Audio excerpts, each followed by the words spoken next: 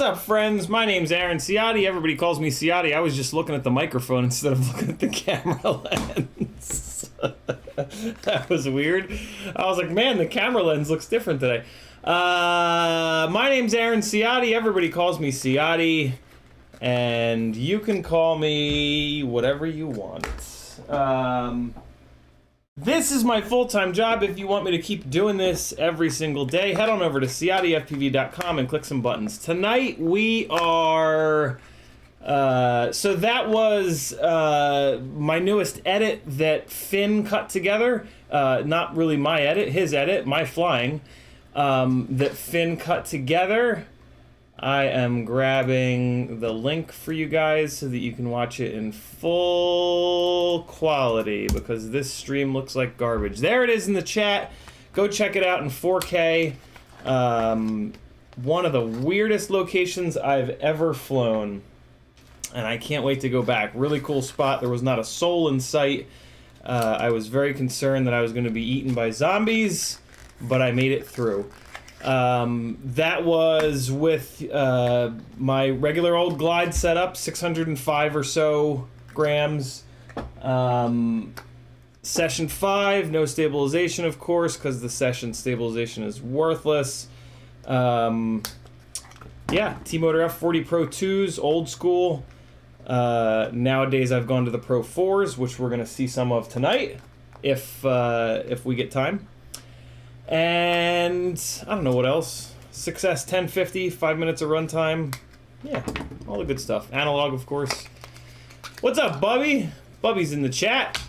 So yeah, if you want me to keep going, like I said, head on over to CiottiFPV.com. When you get there, this is what it'll look like.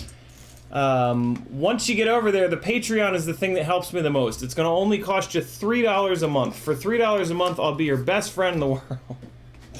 I won't be your best friend in the world. I will be a little bit better of your friend, though, than I was $3 ago. And there's all kinds of good stuff going on over there.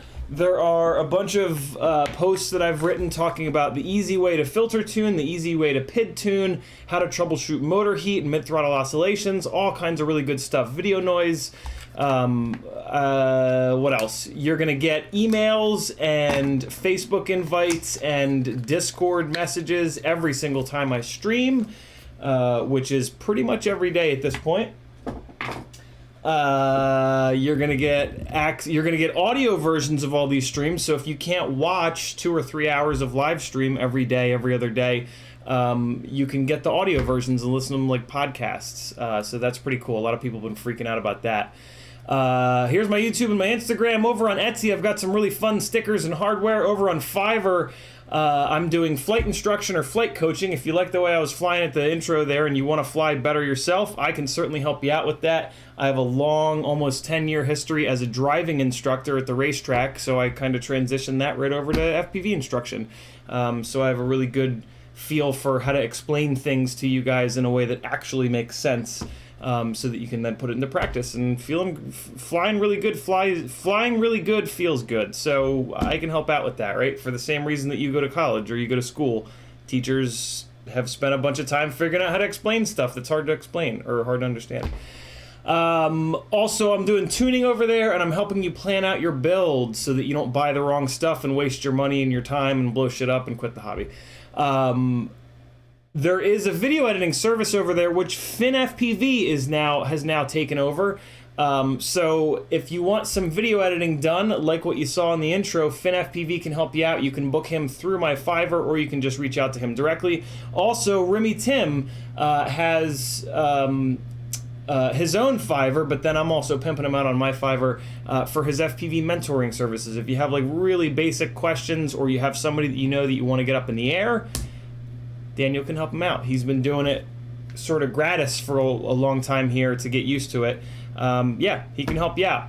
Hit him up. Go through my Fiverr or search for his, Remy Tim.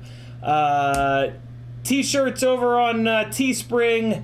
Here's my little FPV exchange store. And then, hey, the thing that you can do for me that costs nothing is to click these affiliate links before you do orders on any of these websites. So if you're ever doing an order on FPV Cycle, Amazon, for anything, literally anything on Amazon, get FPV, Oh My God's website, FPV Crate, Banggood, Camera Butter, or AliExpress. If you hit one of these before you check out, I'll get free money.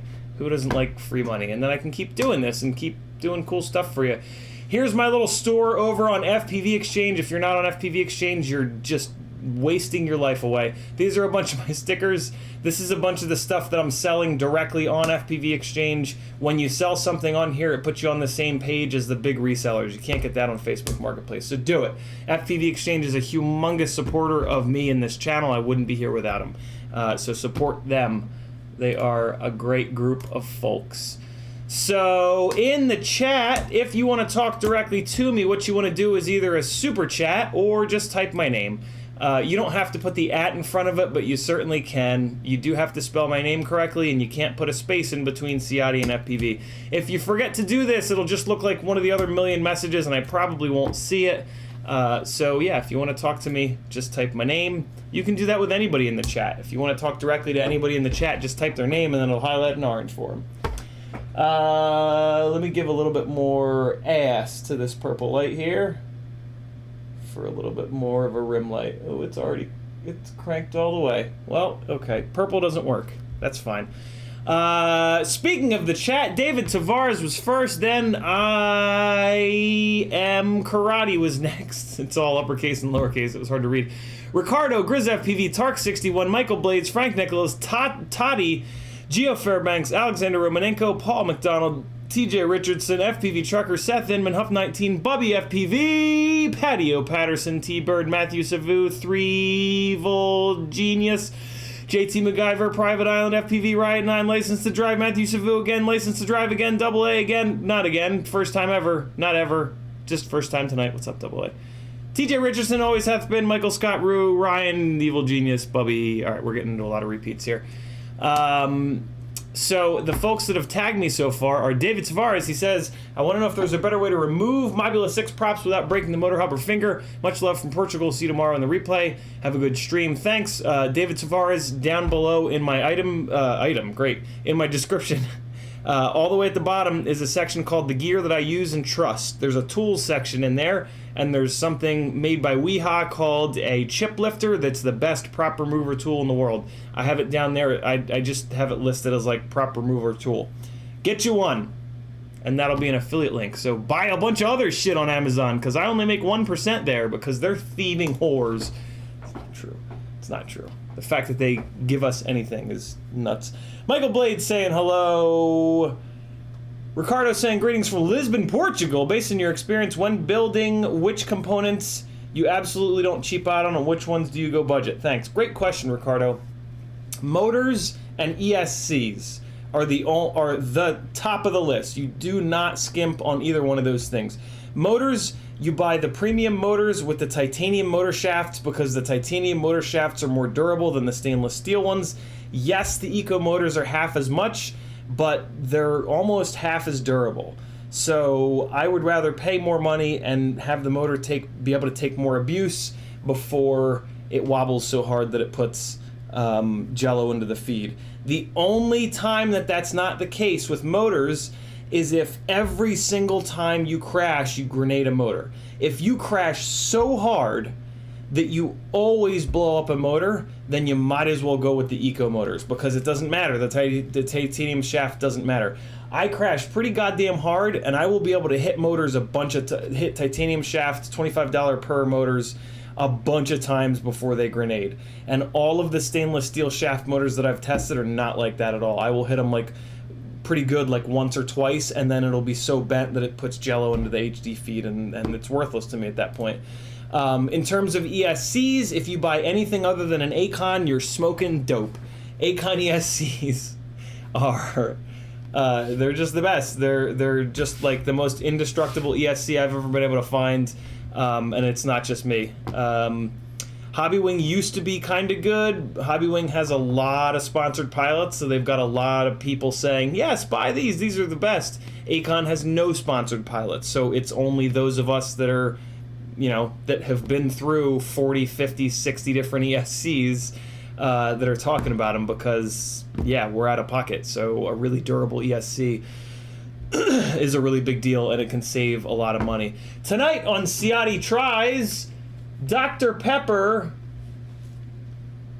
and cream soda. Look at this nonsense. I don't usually drink soda.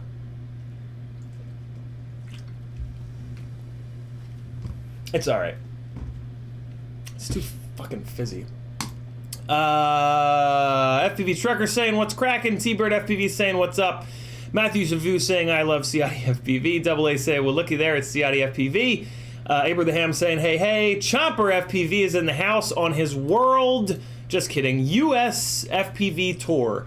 Chomper is driving all around the US, hanging out with different FPV pilots, flying different spots. I am so goddamn jealous. He spent some time here in Atlanta, crashed on the couch. We got to hang out. It was a fucking blast. Can't wait for that guy to do his next US tour and come to Atlanta and break all of his shit again. Drone Pilot saying, hey all, hey Ciotti. Frank Nicholas dropping the link to CiottiFPV. Thank you, Frank. Spins for All says, what's up? Double A says, I saw you typing on the start screen, I noticed. JT MacGyver says, did the film you worked on a while ago ever get finished and released? So the short films that I tend to work on with Octopunk Media a couple times a year, my friend Michelle's company, the films are now big enough and fancy enough that it's like a full production cycle. So that particular film, Femme Fatale, probably won't come out. We shot it a couple of months ago. After all the VFX and editing and everything is done, it'll probably come out like late this year, towards the end of this year.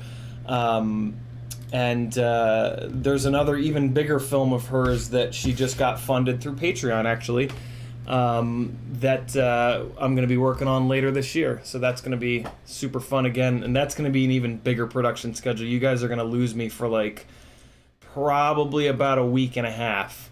But I'm going to try to be better about streaming while I'm on the road. Yeah, maybe I can even give you guys some like behind the scenes shit from that movie, because that's going to be pretty slick. If you want to see what it's going to be a sequel of, I can tell you guys that. It's kind of a secret, but hold on.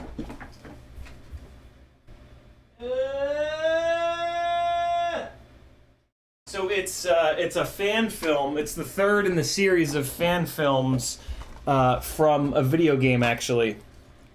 The video game is called Detroit Awakening.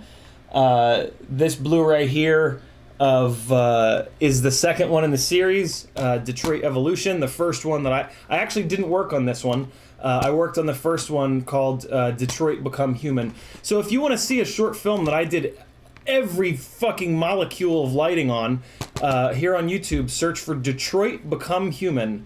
I lit that entire film top to bottom. We did it on a crazy tight budget. This film, Detroit Evolution, though, I couldn't make it.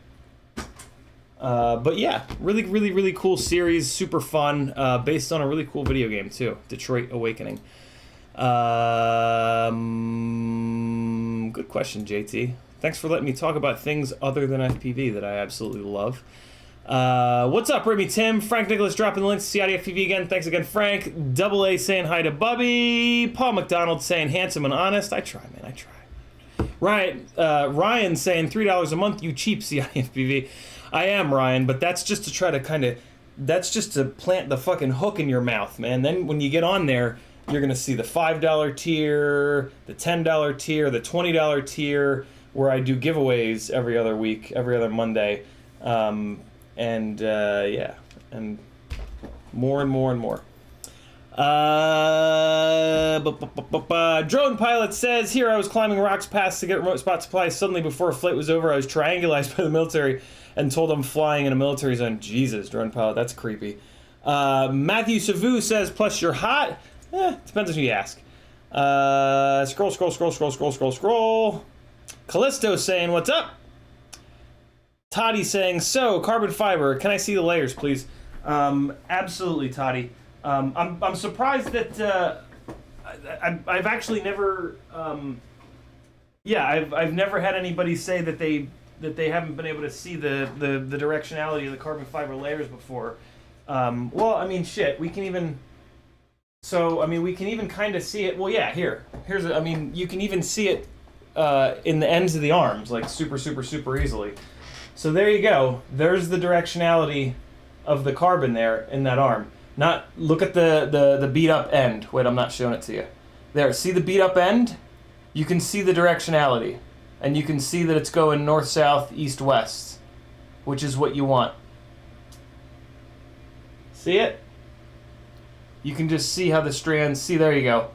I'm making the light go on those strands there. So you can see that's going north, south, which is the same direction as the veneer layer.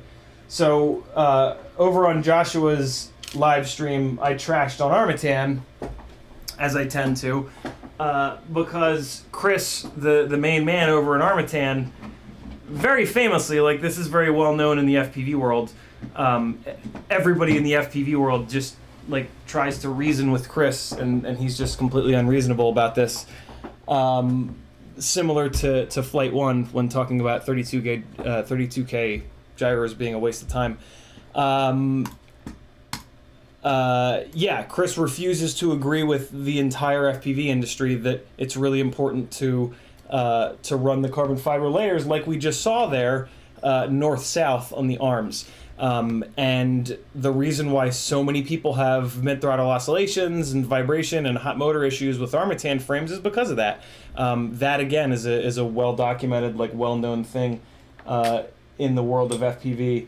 And then if you want more proof, if you hop over to Chris Rosser's channel, he did a vibration analysis of the Marmot, I think, and it was just I mean, exactly what you would expect, just a total hot mess.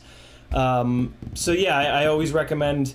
I know a lot of people get sucked into Armatan because of the lifetime warranty thing, and that feels like it would be a good deal, but it really isn't with how long like the turnaround takes, and with the fact that, you know, you're replacing a frame that's not as good as all the other frames, not all, but most of the other frames that are out.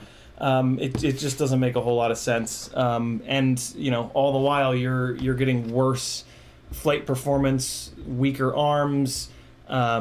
Yeah, so fly better frames and replace removable arms, which are like $3 or $4 per. And unless you break 100 arms, you're still going to be out ahead versus spending $80, $90, $100 on a frame, on an Armatan frame with a lifetime warranty, and then having the hassle of every single time the damn thing breaks, you got to contact them and take a picture, I think, and it's, yeah, it's, I don't get it. I've yet to find anybody that understands what the deal is with that, and why they just refuse. But yeah, what do I know? I just fly these things and crash them and look at the performance and break them and rebuild them for year after year after year after year. But oh yeah, what I did want to mention too. So Joshua rightly called me out on the fact that, saying, technically speaking, the veneer layer here on the top and bottom. So this is what you can actually see is the veneer layer. It's just there to look pretty. And as you can see on this veneer layer, it shows you the directionality of the carbon fiber, which we just looked at in the end of the arm. If the plant laying up the carbon, right, the way that carbon fiber is produced is there's multiple sheets of the crosshatched strands. If the manufacturer of the carbon lays the internal strands up so that they're north and south, for example, and then they take the veneer layer and they rotate at 45 degrees, they should be beaten with a hammer. There's no reason to do that. And from what I've seen, the carbon fiber that is like that is garbage, which kind of makes sense, right? Because, like, why would you do that unless you don't give a fuck, right? Like, if you just don't care and you're just in it to make money or be as cheap as possible, then yeah, sure, don't pay any attention to with the directionality of the veneer layer. The veneer layer doesn't really provide any strength. It's just there to look pretty. So yeah, if that's the case, if there is carbon where that veneer layer is at a 45-degree angle, and the carbon fibers are running down the length of the arm, chances are that carbon fiber has been laid up by a bunch of idiots, and I don't want that carbon fiber anyway. But 99.9% of the time, I've actually only seen this once. I've only seen that once. All the rest, and I have like a 5-pound bag of broken carbon from the last 4.5 years. Every single piece of that carbon. No, I've seen it twice. I've seen it twice now, actually. I've flown it. No, I haven't. I've actually only seen it once. Yeah, every single one of those other broken frames, arms, everything. The directionality of the veneer layer is the same as the directionality of the inner carbon fiber strands. Again, because why the hell would you do it the other way? Like, there's no advantage. I don't even feel like there's a time advantage. I don't even feel like, ooh, if we just slap the veneer layer on and don't care about what direction it is, it's faster. Like, I don't think that's true. I don't think it's actually faster. Maybe it is, but it's not enough faster that anybody's actually doing it. So, yeah.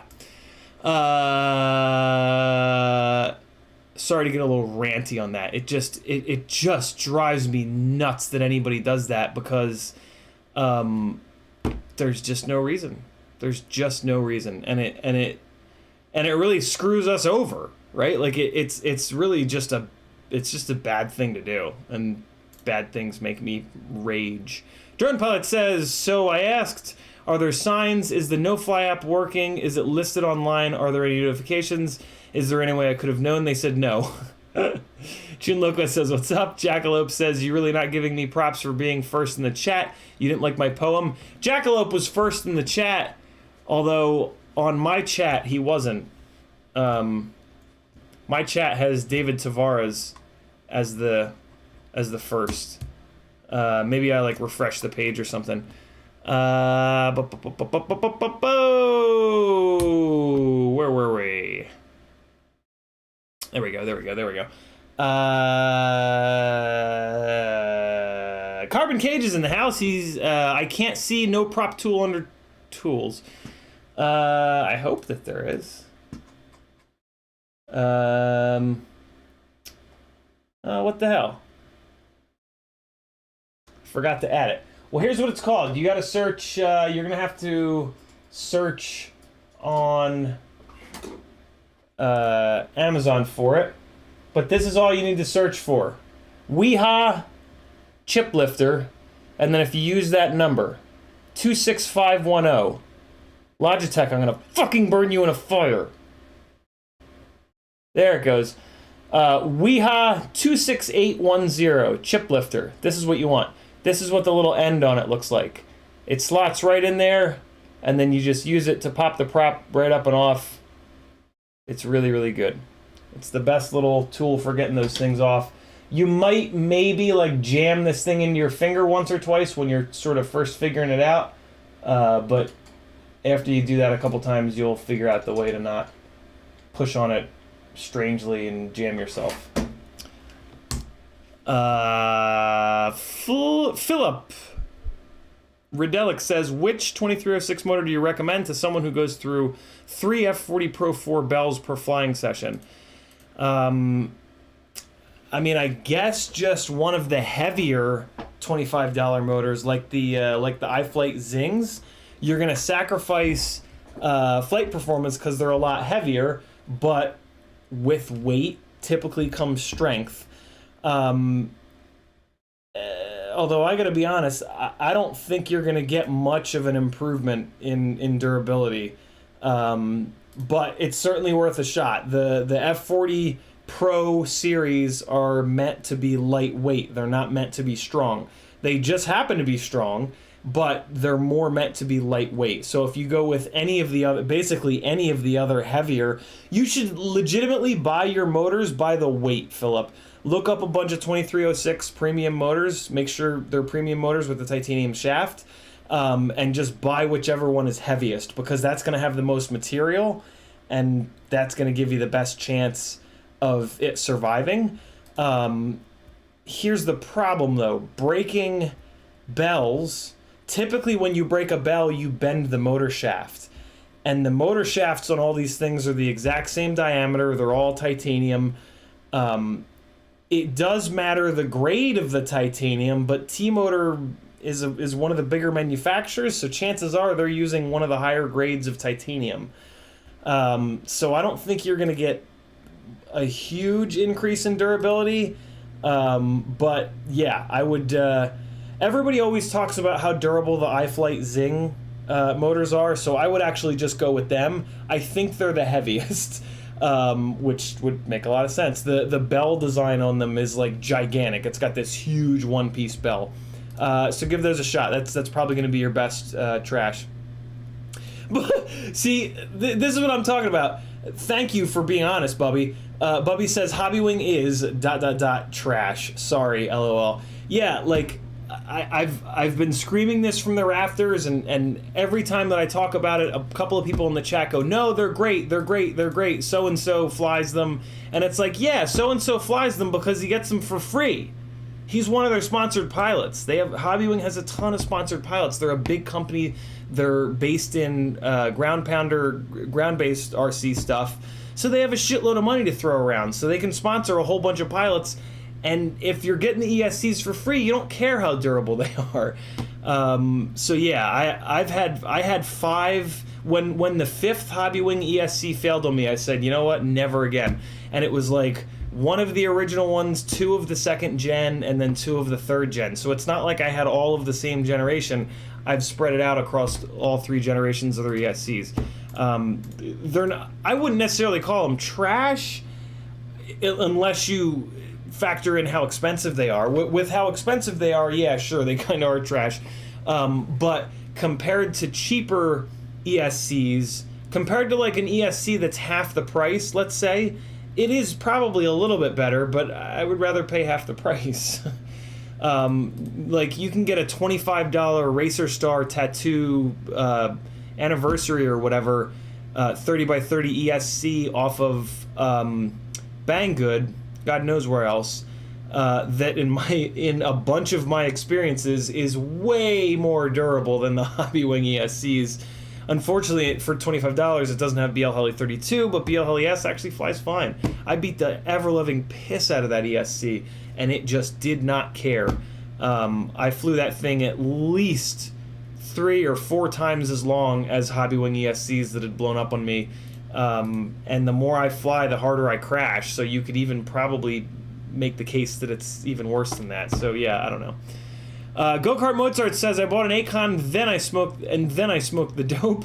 Yeah, everybody that buys an Acon is just like, oh, gotcha. Wish I'd heard of them sooner. Ryan Fedora says, what's up, bro? Thanks for the badass show. You're certainly welcome, Ryan. June Loco says, oh, hell no, we need our daily dose of some CiottiFPV. Quasimodo says, need help strip 2 arm screws. Any advice on removing them? Ugh. Quasimodo, just YouTube, like, removing stripped screws. There's nothing unique about the way we remove FPV screws.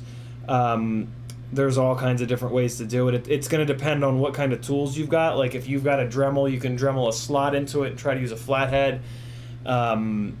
Drilling into it, yeah, you just look up like general removing stripped screws advice on YouTube and Google, and yeah, that's fucking annoying, man. BeepTube says we really do need micromotors for 3-inch with 3mm shafts, maybe a 1504.5 with an extra beefy shaft and bearing that could have the same stator volume as a 1404. We do. The problem, BeepTube, it seems, well, no. So there is a point where, how can I explain this? So bearings have an outer race, which is the outside, and then they have an inner race, which is the inside. And the ratio of inner race to outer race and the space in between are the ball bearings themselves. And what you don't want is to make the inner race too big and then the outer race is only a little bit bigger, because then you have to have 1,000,000 little ball bearings in there. And 1,000,000 little ball bearings are going to have a really sharp contact area with the inner and the outer race. So when you hit that inner race into the outer race, the tiny little balls are going to drive little grooves into the outer race. So you don't want that. That bearing is not very durable, because once that happens, then the bearing is like kind of coggy and notchy, right? So one of the things that you try to do is have your inner race be as small as possible and the outer race be as big as possible, because then you can have great big balls. And a great big ball will have a nice big contact area on the outer race, so when it gets hit, it spreads the force out, and it tends to not dent into the outer race. Also, the bigger the ball, the less the RPM that it has to spin when it's in there. If you're into skateboarding, you know all about this. There are skateboard bearings with 6 balls. There are ones with 7 balls. The 6-ball ones tend to be more expensive, but they're more durable, blah, blah, blah, blah, blah. So there is a little bit of a game, and so with micromotors, right, we've shrunken the stator down, so the outer diameter of the bearing becomes more and more limited as the motor gets smaller and smaller with the first 2 digits, right, the 15 or the 14 in this case, and then the inner race is decided by the thickness of the motor shaft. So there's a little bit of a balance here, right? Where most of our micromotors are 2mm motor shaft. If we went up to a 3mm motor shaft, that would obviously be a lot stronger. And here's what I think it should. I think we should be doing it like, this is based on nothing, but I feel like we should be able to do that on like a 14, maybe even a 13mm wide motor, because going from 2mm to 3mm is a 50% increase in diameter, right? So that's going to increase the strength a gigantic amount. But on these smaller motors, if we did that, maybe what I'm saying is maybe what the motor manufacturers have tested potentially is that when you do that, the balls in the bearing have to go and shrink down so small that the total package becomes more fragile than a 2mm motor shaft with bigger balls. That is total conjecture. This is me giving these motor manufacturers a lot of credit, which a lot of times they're not necessarily due. In a lot of cases, they're just taking motor designs from other industries and putting the word FPV on the can, and that's that. What I do know is that a 3mm motor shaft is possible in as small of a motor as a 1506. RC and Power makes a 1506 motor, so 15mm wide stator, that does have a 3mm motor shaft in it. Unfortunately, that is one of the most coggy motors I've ever felt, flown, whatever. And because of that, you get jello in your footage. It's impossible to tune. It's a racing only motor. So yeah, 3mm motor shafts, in my opinion, are needed, but there's a chance that the motor companies have tested it, and if they did it on these small ass motors, maybe the bearing would become the weakest link. Here's the thing though, if they just press the bearings in rather than gluing the bearings in, if they press the bearings in so that they're removable and sell us extra bearings, it's not hard to pop a bearing out and swap it. I would so much rather have the bearings be the weak point and be able to switch the goddamn bearing out rather than when a motor shaft bends, it's over. So yeah, if you're ever wondering whether or not the motor manufacturers actually listen to their customers, they kind of don't. But I don't want to complain too loudly because they just recently gave us a lot more smooth running motors, which is a huge deal. So micros are now, the flight characteristics of micros are now jumping in leaps and bounds because we've actually got smooth running motors and we can get crystal clear HD footage. So yeah, I try not to bitch and moan too much. They're getting better. They're not getting worse, which is nice. Double A said that's sticky for JB also. I'm not sure what we're talking about. Sounds creepy though. Carbon Cage says, damn, your stream always does a jolting pause thing here in Australia no matter what I play it on. That's weird. Anybody else getting that? Rob Axelson says, last night I touched upon charging lipos above 1C. I know it's the I think he meant to say I know it's not the safest. Has anyone here had lipos let go while charging? I've seen plenty let go after a crash. Flight Test did a lipo safety video ages ago, and man, they had to mistreat those lipos so badly to get them to blow up. If you check your lipos, sniff them every once in a while, just be mindful of them. Like when you get into a big crash and really dent one up, like be really careful with that one. If you use, I'm gonna just call it common sense, these lipos are relatively safe. Is there a chance that you can miss something and just have one let go? Absolutely. Is there a chance that a brand new one can let go? Absolutely. But the chances are very, very low. I try to be pretty safe. I keep them in Kevlar lipo-safe bags as often as I possibly can. I have like 6 or 7 or 8 of those bags, so I try to just move the lipos from one of those bags to another. Having a million of those little Kevlar lipo-safe bags is nice because you put one over here, you put one over here, you put one in your flight bag, you put one over there, you put 4 over there, so that just at any given time, there's no reason for you to put a lipo on your carpet, right? You put it in the bag, the extra bag that's sitting right there doing nothing. Hell, I have one of those bags. I wanted my charger to sit up a little bit, so I put the charger on top of one of those little lipo bags, just because, hey, it's another lipo bag that every once in a while it's like, shit, where's the closest one? Oh, here's one running to the charger. Yeah. Callisto says, I'm with ya. YouTube just did the thing, scrolling back up to try to find my face. B-Man saying hello. Huff Night Scene saying, what the heck is the second piece that comes with the Goober canopy for? I'm all out of Mobula 6 canopy, so I'm trying to use this as a replacement. It's to hold the camera in there. The canopy is like this, the camera goes into the slot, and then that other piece holds the camera up to the top of the canopy. BeepTube says, on those 1504.5 motors, I'm imagining with the 3mm shaft, they might as well just hold the prop down with an M3 nut. That would require a new kind of prop, but I would like that a lot. Tommy was kind of experimenting with that.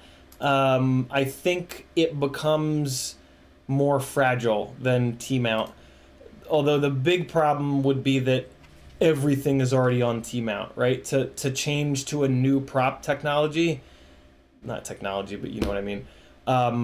Yeah, you now have no access to any propellers, and you're asking the entire industry to shift, and you know, look at BT 2.0, right? That's a big sell. That's a big ask, rather. Abraham says, bike grinders motors for durability above all else. I thought so too, Aber, and then I heard a bunch. So his motors are made by TBS, I believe, and TBS motors tend to not be all that durable.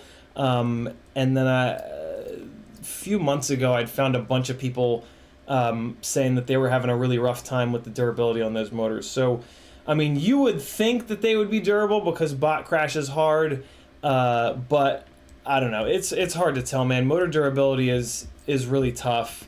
Every one of us crash a little bit different.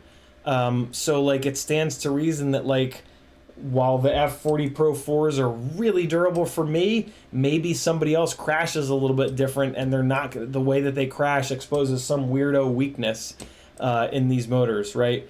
So yeah, motor durability is really tough. You gotta, to some extent, you gotta just try a bunch of different, I don't know. I really don't get the feeling that one of them is all that much more durable than another. They're all kind of made to very similar specs. I think you just pick one and just buy a lot of them. I know that's not what you guys want to hear because it's fun to switch between one and the next and try to find the one that's better, but if you just keep buying the same one, you're never going to get stuck with 3 motors. So yeah, to some extent, I think you should just pick and just stick with it and just deal with it. Carbon Cage says, I had a question up in chat about the Talon F7 flight controller not outputting motor 2. If it's not outputting motor 2 and you didn't F around with the resources, then it's probably blown up. There can potentially be an issue on older Talon F7s with motor 4, but not with motor 2. That sounds like that flight controller might have failed on your Carbon Cage. Because, yeah, and unless you messed with the resources with Motor 2, there's no reason that Motor 2 should not work. Callisto says, just took an Arma 10 tadpole top layer off to see they're all the same straight through, not just the veneer layer, LOL. Yeah, so there we go. The carbon fiber that Arma 10 uses is good quality, but when the owner, Chris, has the carbon cut, he doesn't tell them that they need to rotate the frames so that the carbon fiber strands run the length of the arms. And potentially why is because it's cheaper. It's typically cheaper to cut it with the carbon fiber going the wrong direction because you can fit more frames on a sheet. And for somebody that offers a lifetime warranty on his frames, it would kind of make sense for him to need to save every penny during the carbon cutting process, right? I'm not saying that's really what's going on, but it makes sense, doesn't it? I'd never really thought through that until just now. But yeah, there you go. Total conjecture there, though. I could be totally wrong. But you know I'm not. Where are we at here? Oh, I'm getting caught up. 10:33. I'm only like 10 minutes behind. Let me go. Quadzimoto. Frank Nicholas says Quadzimoto CiottiFPV engineer PZ5Z screw removal pliers for tiny M2 screws. That's interesting. I have not seen that. I'll check that out after the stream here. Paul McDonald says, you got an RDQ link? I do not, Paul McDonald. RDQ has been the weakest and the most troublesome from a customer service standpoint in my experience and in pretty much everybody I know's experience. And they also will only give out affiliate links to people that have 10,000 and more subscribers, which I'm probably never going to get to, realistically, because that's just such a ridiculously big number. So yeah, I don't really have much interest in. They've done some customer service things that have really pissed me off, and people that are really good friends of mine. So that alone, I'm kind of just like, and like I do have to order from them every once in a while when they have something in stock or when they sell something that somebody else doesn't. But GetFPV and PyroDrone have been miles better across the board. So I just stick with those guys. GetFPV has been kind enough to get me set up on the affiliate program. PyroDrone said that they were going to get me set up on the affiliate program, and then Serge got busy, and he hasn't gotten back to me in months and months and months. So I don't know if you guys, maybe when you're doing PyroDrone orders, type into your little notes section, hey, you should set CiottiFPV up as an affiliate. He talks you guys up all the time. Maybe eventually they'll get me set up, because I absolutely love PyroDrone. They're actually the shop that I order from more than any other. I don't really know what else to do to get onto their brand new affiliate program. I think what they did is they set up the affiliate program and then got busy and just haven't put anybody onto it, because I haven't seen anybody with a PyroDrone affiliate link. So I don't think I don't think it's like targeted at me. I think Serge is just super busy, and yeah, the last thing that he's worrying about is the affiliate program, which loses him money, right? Like, it doesn't. Yeah, I mean, it's market. You know, it loses them money, but they get free marketing for it. But you know, I sit here and do the marketing that I would have done anyway. So I guess there's, as long as I keep mentioning them, there's kind of no reason. Oh, I'm gonna be all jacked up on that sugar. T-Bird with a that's what she said. Frank Nicholas says Paul McDonald RDQ snubbed CiottiFPV. BeepTube says, yeah, I was thinking about how the bearings limit the idea for the 3mm shaft motor. T-Bird says, what motors are you running on your Ripsqueak? I've got one on RCX 1306s. I've got one on Brother Hobby VY 1504.5s. I've got this third one that we're going to hopefully finish up this week. That's going to be going on these Toka 1606s. And then the one that's on the 1306s, I'm going to pull it off of the 1306s and put it onto these Zing 1504s as soon as these things come back in stock, or at PyroDrone actually, or at some point maybe I'll break down and just order them directly from Zing. We'll see. But I'm focused on I want to test the Toka 1606s first, so these 1504s are kind of on the back burner for the moment. BeepTube said, wait, no, we got that. Bubby says, what do you think of hype train motors? The previous generation of hype train motors were made by T-Motor to pretty much the same specs as the F40 Pro 2s, which were my motor forever. So I loved the original hype trains. Unfortunately, they never made the 2306 hype trains in a low KV back before we had motor limiting in Betaflight. Nowadays, I wish I could find cheap hype train 2306 freestyles in 2400 kV, because I could then motor limit those down in Betaflight, and yeah, they're pretty much the same exact thing as the F40 Pro 2, which, yeah, I mean, I still have 2 rigs on the F40 Pro 2s.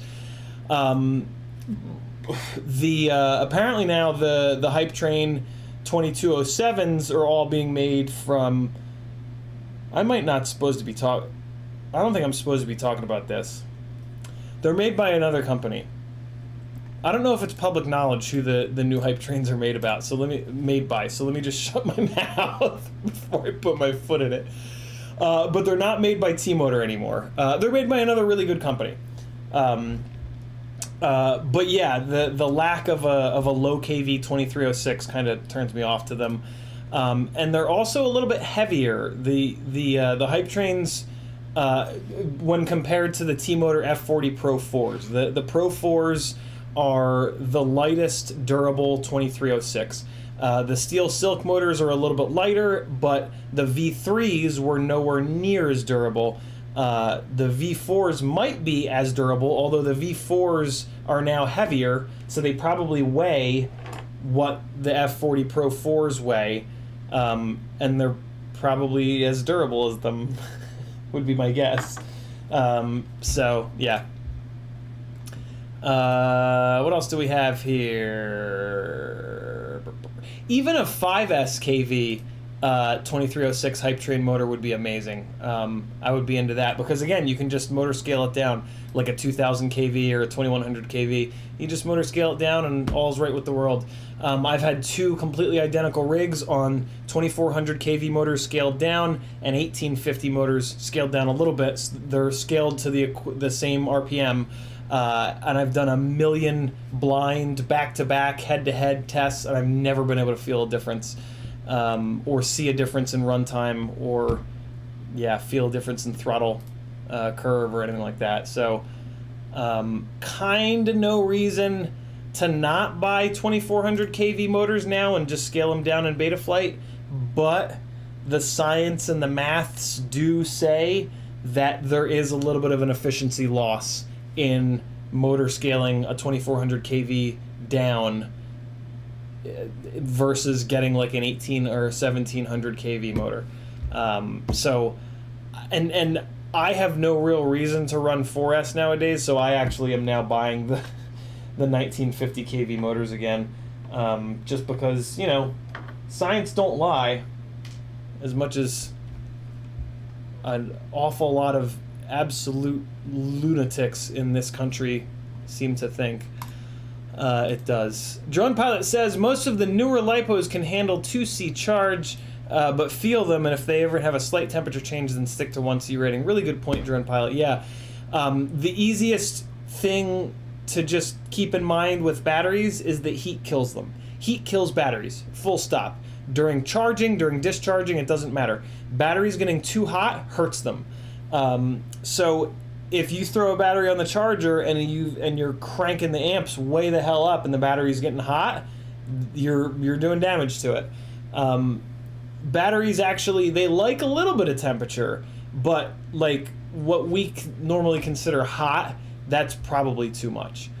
Abraham says people would also just learn to accept that this is a hobby and an ongoing expense when it comes to durability. The cake is a lie. If you fly/crash a lot, you're going to need to buy new parts. It's true.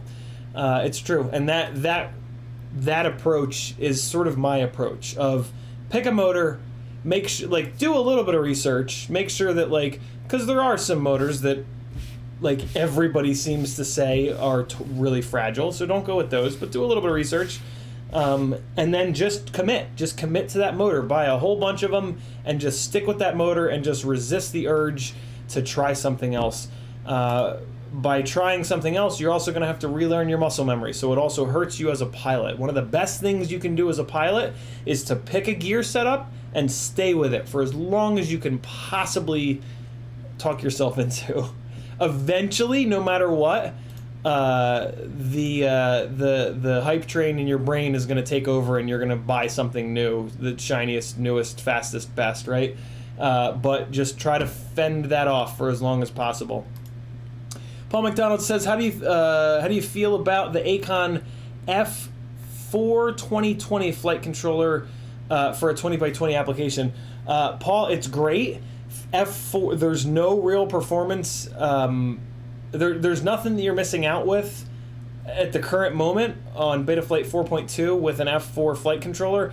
Yes, they can only run the PID loop at 4K, but the Betaflight engineers and the black box folks have not seen any improvement in flight performance from 8K over 4K.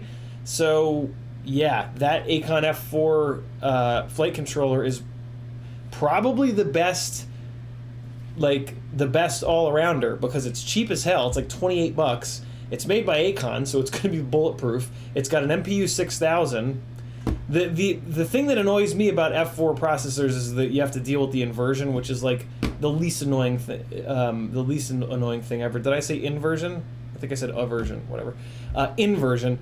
Also, at some point here, there will be a performance advantage. So, like, as Betaflight continues to add more and more stuff, at some point F4s will limit the performance. So yeah, I mean, if possible, buy an F7 to future-proof yourself. But here, now, today, building a rig that you're going to fly tomorrow, there's no performance benefit to going F7 over F4. So that Acon F4 is fine. And, like, the flight software is at a spot right now where, I mean, I can't remember the last time I saw prop wash. It's just really, really good right now. Like 2-3 years ago, the flight software really jumped from like okay to like great, and now it's just gonna go from great to like a little bit more great, a little bit like we're only gonna pick up like tiny little improvements from here on out. So just ignore all the ridiculous marketing surrounding like one some of these flight software developers, because it's just nonsense. Like they all fly pretty much the same if we're really honest. Betaflight is pretty well known to be the best. I mean, there's really not much debating of that anymore. Like, black box logs don't lie. You can make Betaflight fly worse to make it fly like Flight 1 and like KISS, or you can make it fly better like Betaflight. So yeah, I prefer the flight software that allows me to do anything, right? Like if you fly Flight 1 or KISS, you're locked into this bounce backy kind of setup where you're missing all these other functions like anti-gravity and iTerm relax and feed forward and all these amazing things and RPM filtering. So yeah, I prefer to fly the better thing, and if I want it to fly worse like the other stuff, I can do that. I can turn all that shit off. Abraham says, that's why when people ask how much it costs to get in, my response is usually $1,000 up front. Then it's better thought of as a monthly expense. Yeah, true. $1,000 is the number that I usually throw out to get started. Scott FPV says, I've been using FreeSky, Access, Archer, RS, RX. I get my TBS tracer in tomorrow. Do you think I'll be able to tell a difference in range and penetration, or am I going to be disappointed? I mean, I hate to be the bearer of bad news, but you're probably going to be disappointed, Scott. To my knowledge, there's really no... there's maybe like a 1 or 2 millisecond difference. I mean, Christ, I still fly Crossfire and it's fine. Yeah, I don't know. There's a lot of research that says that humans can't possibly tell the difference between like 1 or 2 or 3 or 4 or whatever milliseconds of latency. But you'll have the newest, coolest thing, and when you're up in the air flying, your confidence level has a lot to do with how good you fly, and if having the newest best thing makes you a little bit more confident, that was worth the money, in my opinion. So, but yeah, scientifically speaking, I think you're going to be a little disappointed, unfortunately. But don't let the science ruin your day, man. Just you know, you're gonna have what steel flies, right? It's got to make you a better pilot. Paul McDonald with a $2 super chat. He says, Acon F4 2020 for a 20x20 rig. Definitely, Paul. Thank you for the super chat, man. I appreciate it. Go-Kart Mozart says the arms on the Marmot aren't 90 degrees, so it's not possible to align the weave with all the arms. With a solid bottom plate, it has to be true X to make the carbon line up. That is very true, Go-Kart, but I'm pretty sure that the angle of the arms, if they oriented the carbon at a 45 at northeast, south, whatever, I think it was Remy Tim that tested this. Remy Tim a while ago tested a bunch of frames head to head. And all the Armatan frames were a complete nightmare. And I believe he kind of figured it out and said that, yeah, if they did it like everybody else that does the solid base plates, there would be more carbon fiber strand length at the angle that the arms are at. So it would make the arms a little bit stronger. You know, or they could anchor the arms in the center like the entire rest of the industry does, and the frame would be better. It wouldn't be as different, and different things sell really well, but it would be better. I don't know. I always go with what's better, not with what's different. B-Man says, hell yeah, Pyro Bro. I think I'm addicted to getting Pyro points at this point. The damn little blue crown. Yeah, right? Totally. Remy Tim says, it's public knowledge that it's RC and power, right? I think so. Well, I guess now yeah. So now you guys know. Fairly Functional says, hey bro, hope your night is good. Thank you, Fairly Functional. T-Bird says, Canny talked about it. Who's Canny? Oh, Canny fit a dick in his mouth. Drone Pilot says, hey, just remind people not to over-tighten prop blades. I told a friend after he damaged all 4 of his motors that he could use a PLA spanner. Barely needs much to hold props. Really? I can't imagine over-tightening prop blades. I use this guy, which, like, you can get a lot of torque on this, and I've never had that issue. I assume maybe people are using the longer version of one of these. Don't do that. Get the short one. You can get it on Amazon. I might have a link to it down below. But yeah, and then with like a driver, with a driver with a handle like this, where, you know, like I can't possibly imagine anybody having enough hand and arm strength to over tighten a prop nut. Wow, your buddy's got big old dick beater hands, huh, Drone Pilot? Jesus. Yeah, no reason to. I mean, I crank the prop nuts pretty good because and they never ever, like, I never ever have loose props like in the middle of a battery on a hard crash or anything. But I've never had an issue with them being over tightened. That's crazy. Chris Croft says no issues running Newbie Drone Flow 2306.5. Crazy deal on 6S motor scale. The only ones available in the Australian store. None whatsoever, Chris. I ran those motors on the budget glide for many months and hundreds of batteries scaled down, and they were just great. They are the best value in motors, hands down, at the moment, because they're a titanium shaft motor at the cost of an eco motor. Eco motors all have stainless steel motor shafts. Drone Pilot says F411, then F405, F722, F745 PID loops 4K, D-Shot 600 is fine. I use F745 2K to 4K PID loops, D-Shot 600 on my large rigs. 2K does work fine for most acro, but 4K is better for Prop W. I mean, KISS runs on 1K, so I mean, you could say that anything above 1K is kind of a waste because KISS flies fine. Not great, but so yeah, I didn't know anybody was going down to 2K. That's interesting. But yeah, it really doesn't matter at the current moment what your processor is. As long as it's above an F3, you're gonna be good to go. YouTube just did the thing. Oh, I'm almost caught up. Philip Rodelic says, do you have any strong opinions on the Badger 2? Same opinions. T-Bird says, Canny equals Vanny. Oh, gotcha. Remy Tim says, Canny was supposed to be Vanny. They're Vanover's motors, and he talked about it being RC and power. Okay, gotcha. Paulie Lee FPV is in the house. He says, what's up, my friend? Keep it up. I shall. JT MacGyver says, I own 3 Armor 10 MPR 130 frames because they were on sale for $4 each. LOL. I'll buy frames from Martha Stewart for $4 a piece. Hey, I'm caught up on chat. Look at me go. All right, let's do some glide work. Wow, it's 11 o'clock on a Monday night and I'm caught up on chat. You guys are snoozing. Let me turn the air conditioning up in here. It's fucking boiling. Let me give you guys something to watch.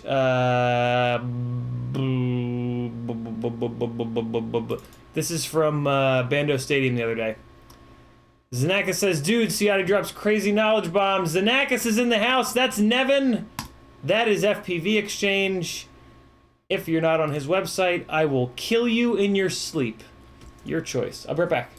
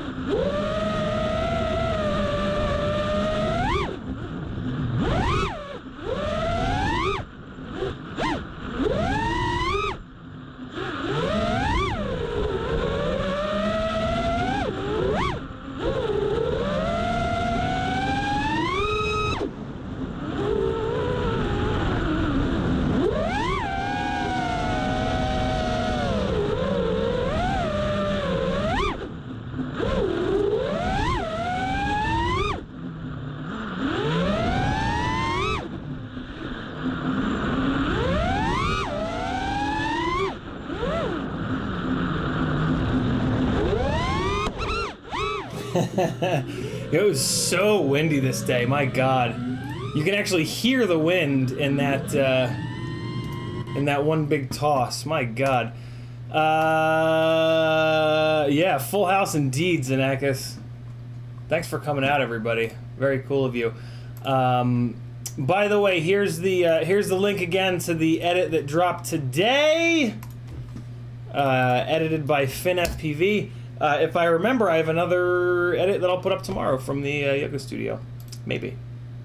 I think I have a couple semi-finished things going on right now.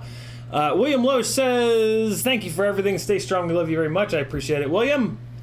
Tark61 says, what was your most favorite pucker moments that you've had flying?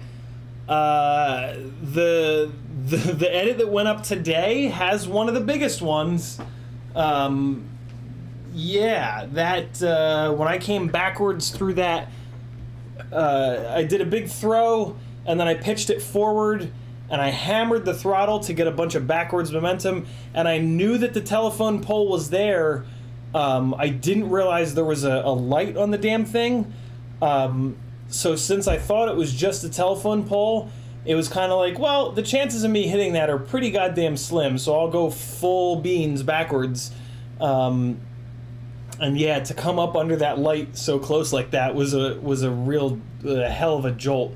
But I mean, most times when I go fly, I'll have at least one like big sort of moment of like, Jesus. So yeah, it happens a good amount.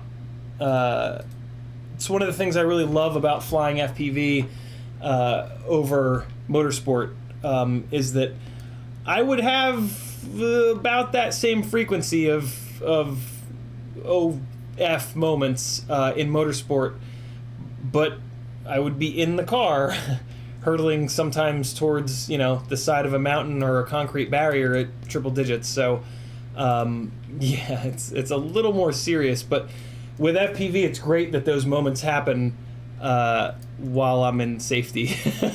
So it makes the adrenaline dump a little different, but what's cool is I'll still physically react to it. Like when I have a really shocking, scary moment, like my body will still react to it, which is great because that means that like my brain is really diving in and you know, being sort of tricked into thinking that I'm on the quad. Paulie Lee says, yep, that was a wow. Finn FPV says, howdy and sorry I'm late. It's all good, Finn. All right, cool. Let's continue the glide repair. JakelopeFPV with a $10 super chat. He says, makes it rain 10 singles over Aaron if everyone if everyone here pitches in $10 tonight, Ciotti can get that new computer or attendees for months. Thank you, Jackalope. Very, very generous of you.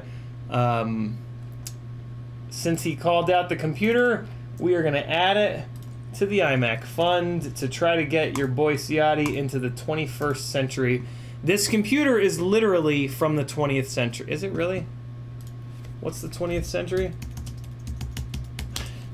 What was the last year of the 20th century? It was 99, right? Or no, ended 2000.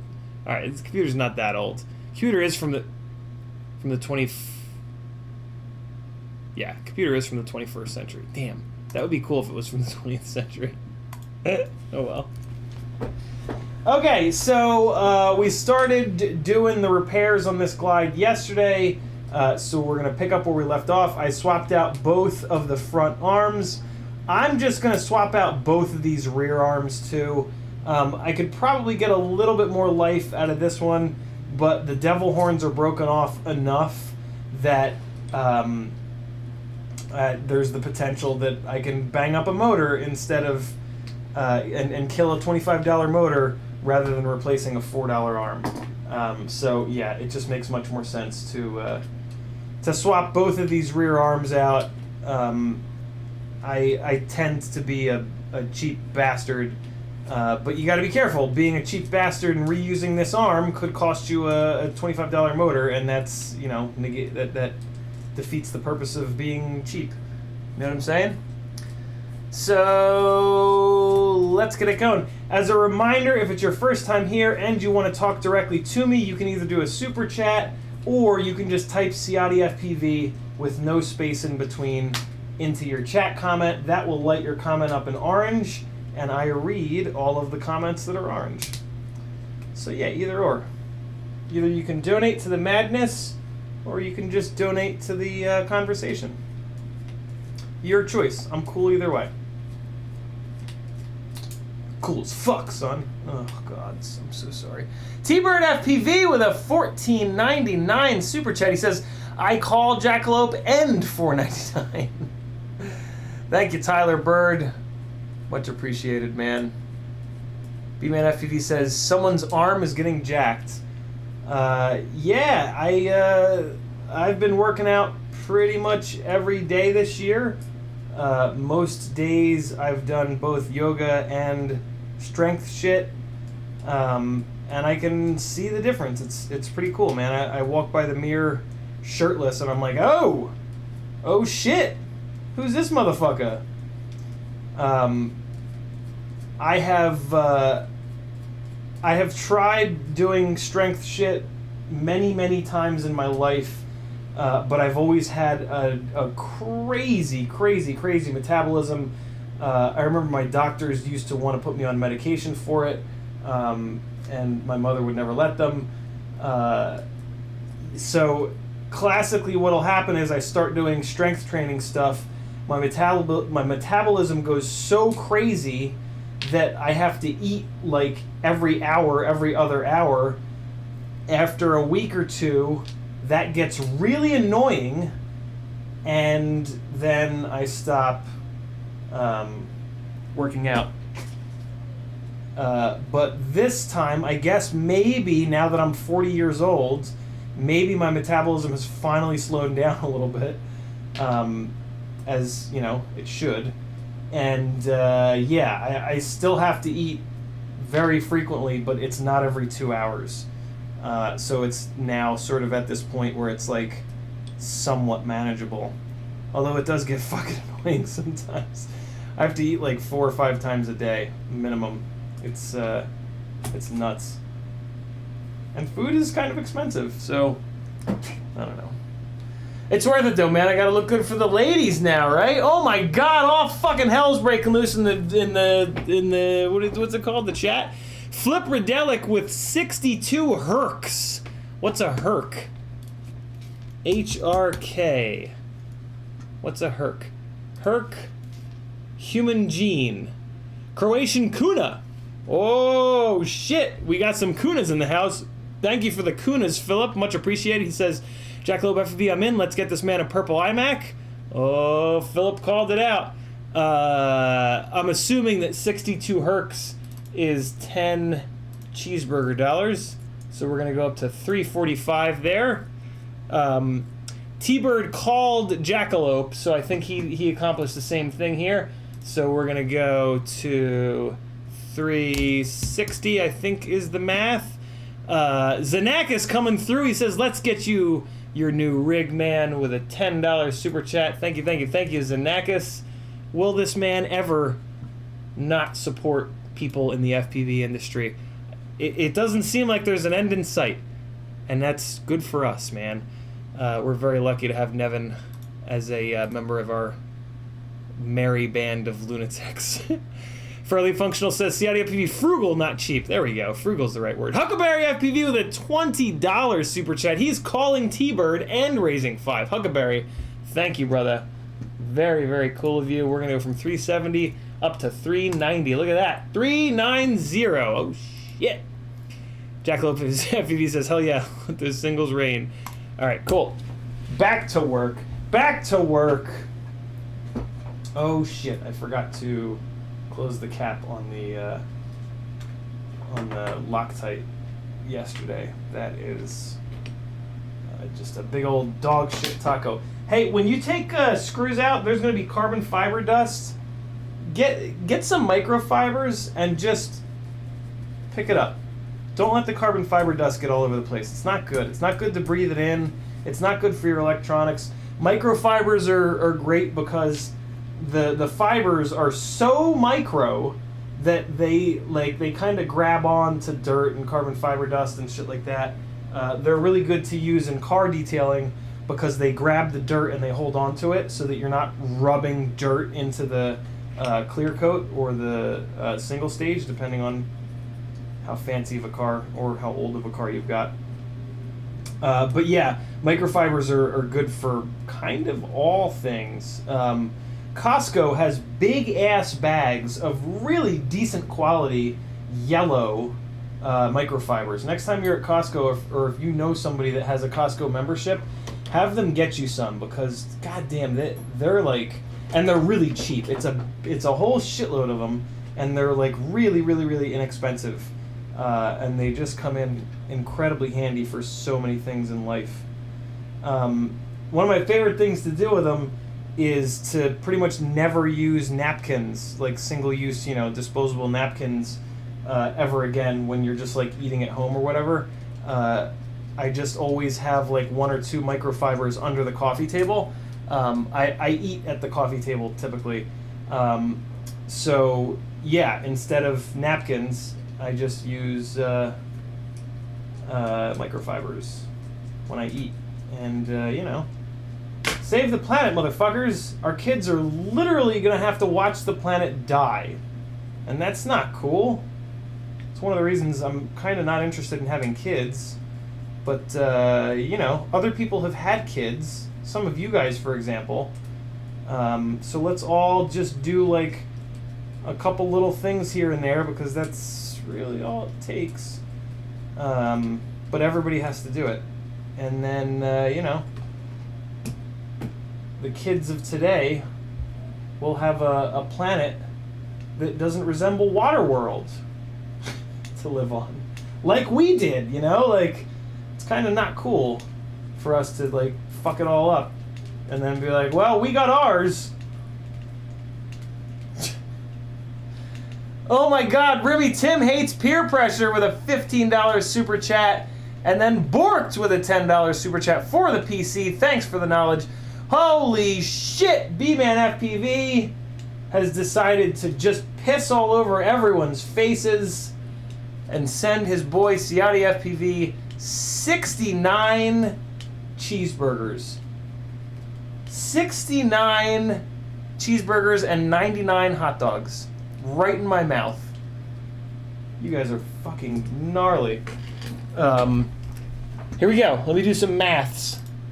390 goes to 405 from Remy Tim, and then it goes to 415 from Borked, and then it goes, oh, the numbers. It goes to 485 from B-Man. Holy shitters, Batman. Huckleberry, I think I got you, right? Yep. All right, so I am caught up. Remy Tim says, for the Mac.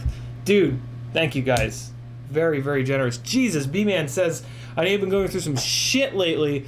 You've been in such better spirits tonight. Gets me stoked, bro. You're always so positive. Don't want you to lose that ever. Here's to the Mac fun and enjoy and hopefully flying with you one day. There we go. I would love that, B-Man. Hey, dude, thank you so fucking much. My mood tonight is probably related to the fact that I did a full hour-long yoga class and a full hour-long guided meditation class at my yoga studio, Oya. So it's hard to be in a bad place after even doing a 20-minute yoga and meditation practice.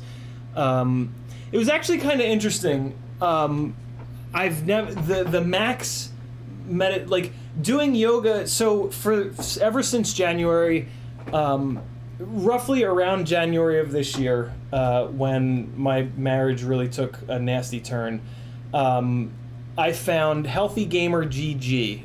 If a mod can drop a link to Healthy Gamer GG here on YouTube, I would love that. Healthy Gamer GG is a YouTube channel and a Twitch channel and now a company run by Dr. Alok Kanoja, or Dr. K. He went to medical school, dropped out at 23 years old because he couldn't he was addicted to video games, World of Warcraft at the time. He said fuck the world and moved to India and said I'm gonna be a monk and I'll stick it to the whole world by doing that. Spent 7 years training to be a monk at an ashram in India, and then met his now wife when he was nearing taking his vows of celibacy and becoming a monk. Moves back to America. His wife says to him, you should probably finish your doctorate and get your degree. So he does. Gets a degree in psychology. So now he's got this mix of Eastern and Western medicine, right? Pursues gaming addiction because that was his issue, right? And becomes a Harvard professor specializing in gaming addiction.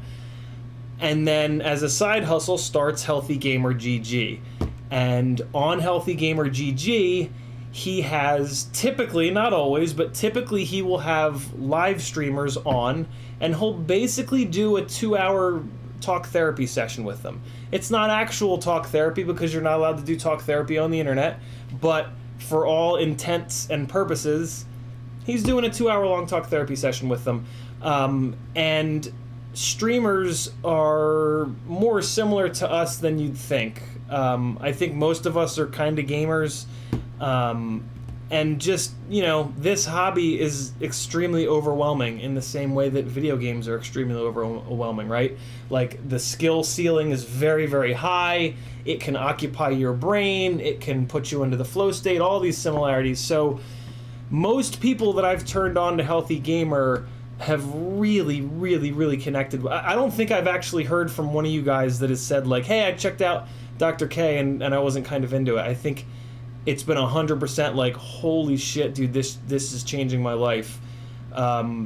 which is kind of what it did to me. So since he's got this mix of Eastern and Western medicine, right? Like when he was in the ashrams with the yogis, he learned a lot about yoga and meditation, and it's real, man. Like for the longest time in my life, I was like, it's not based in science. It can't be real. No, I'm not gonna stretch and put myself in weird positions. That's for girls. Yeah. And that sucks because I totally missed out on staring at chicks' butts in yoga pants and being in better shape, quite frankly. So yeah, check out Healthy Gamer GG. So yeah, one of the things that Dr. K recommends is 20 and 20. 20 minutes of yoga a day, 20 minutes of meditation a day. If you do the 20 minutes of meditation a day, you will literally rewire your brain. Neuroscientists have proven time and time again that meditation rewires pathways in your brain. It's fucking science. It has been proven over and over. And then what the yoga does is it kind of prepares you for the meditation. Like just jumping right into meditation is very hard, but doing 20 minutes of yoga, you're thinking about your body the entire time as you struggle to hold yourself up and whatnot. And when you're thinking about your body, you're not thinking about the future. You're not thinking about the past either. So your mind tends to quiet the hell down, and that gets you ready for the meditation practice. They work really, really, really well together. So pretty much every single day, January, February, March, April, into April, I did that, 20 minutes, 20 minutes. And now that I'm doing work trade with the local yoga studio to try to meet cool people and just get out of the lonely apartment here, because I do this work trade program with them where I work the front desk for 4 hours a week and then I get unlimited free sessions, I can now do these like in-studio guided yoga sessions with like really talented yogis, and for an hour, and it is very different. An hour is very different than 20 minutes. But I'm a stubborn bastard, so I can force myself through the hour of yoga. Today, an hour of meditation was really interesting. About 25 to 30 or so minutes in, I started getting really anxious. I have generalized anxiety disorder and depression, and the anxiety came on hard. And what's interesting is like that'll happen, like either anxiety or just errant thoughts, like that shit'll come when you're doing meditation, and like 90% of meditation is sitting there and forcing yourself to let those thoughts go and to not let those thoughts snowball downhill. But this was like a level of anxiety that like I almost couldn't shake. So it was interesting. I mean, that's the practice. Like that's literally what you're practicing. And like, you know, if you haven't done it before, you're not going to be good at it. Right? Like you didn't just start flying FPV and you were really good at it. You practiced your ass off for hundreds and hundreds and hundreds of hours, right? So like when you do meditation like 2 or 3 times and it doesn't work, of course it doesn't work. Why would it work? Like it's meditation and yoga are called practices. They're literally called practices, the practice of meditation. And you have to do exactly that. You have to practice it. You have to do it over and over and over and over again. And then go figure, right? I'm going to blow your tits off right now. If you do it over and over again and you practice it, you're going to get better at it. I know it's crazy. So yeah, there you go. There's a yoga and meditation rant for you. Orga says Dr. K is awesome. T-Bird says Dr. K is the shit. I was watching him before Josh. Zero Fox says ego death. Fuck yeah. Yeah, man. Check out Healthy Gamer, guys. Seriously, check out Healthy Gamer. It'll make you a better, happier human being. I know that sounds like woo-woo bullshit, but like, do you think that I'm woo-woo at all? Like, does anything about my past or my life make you think that I'm even remotely woo-woo, right? I was into motorsports, playing drums, like there, you know, I was like, my father was an electrical engineer.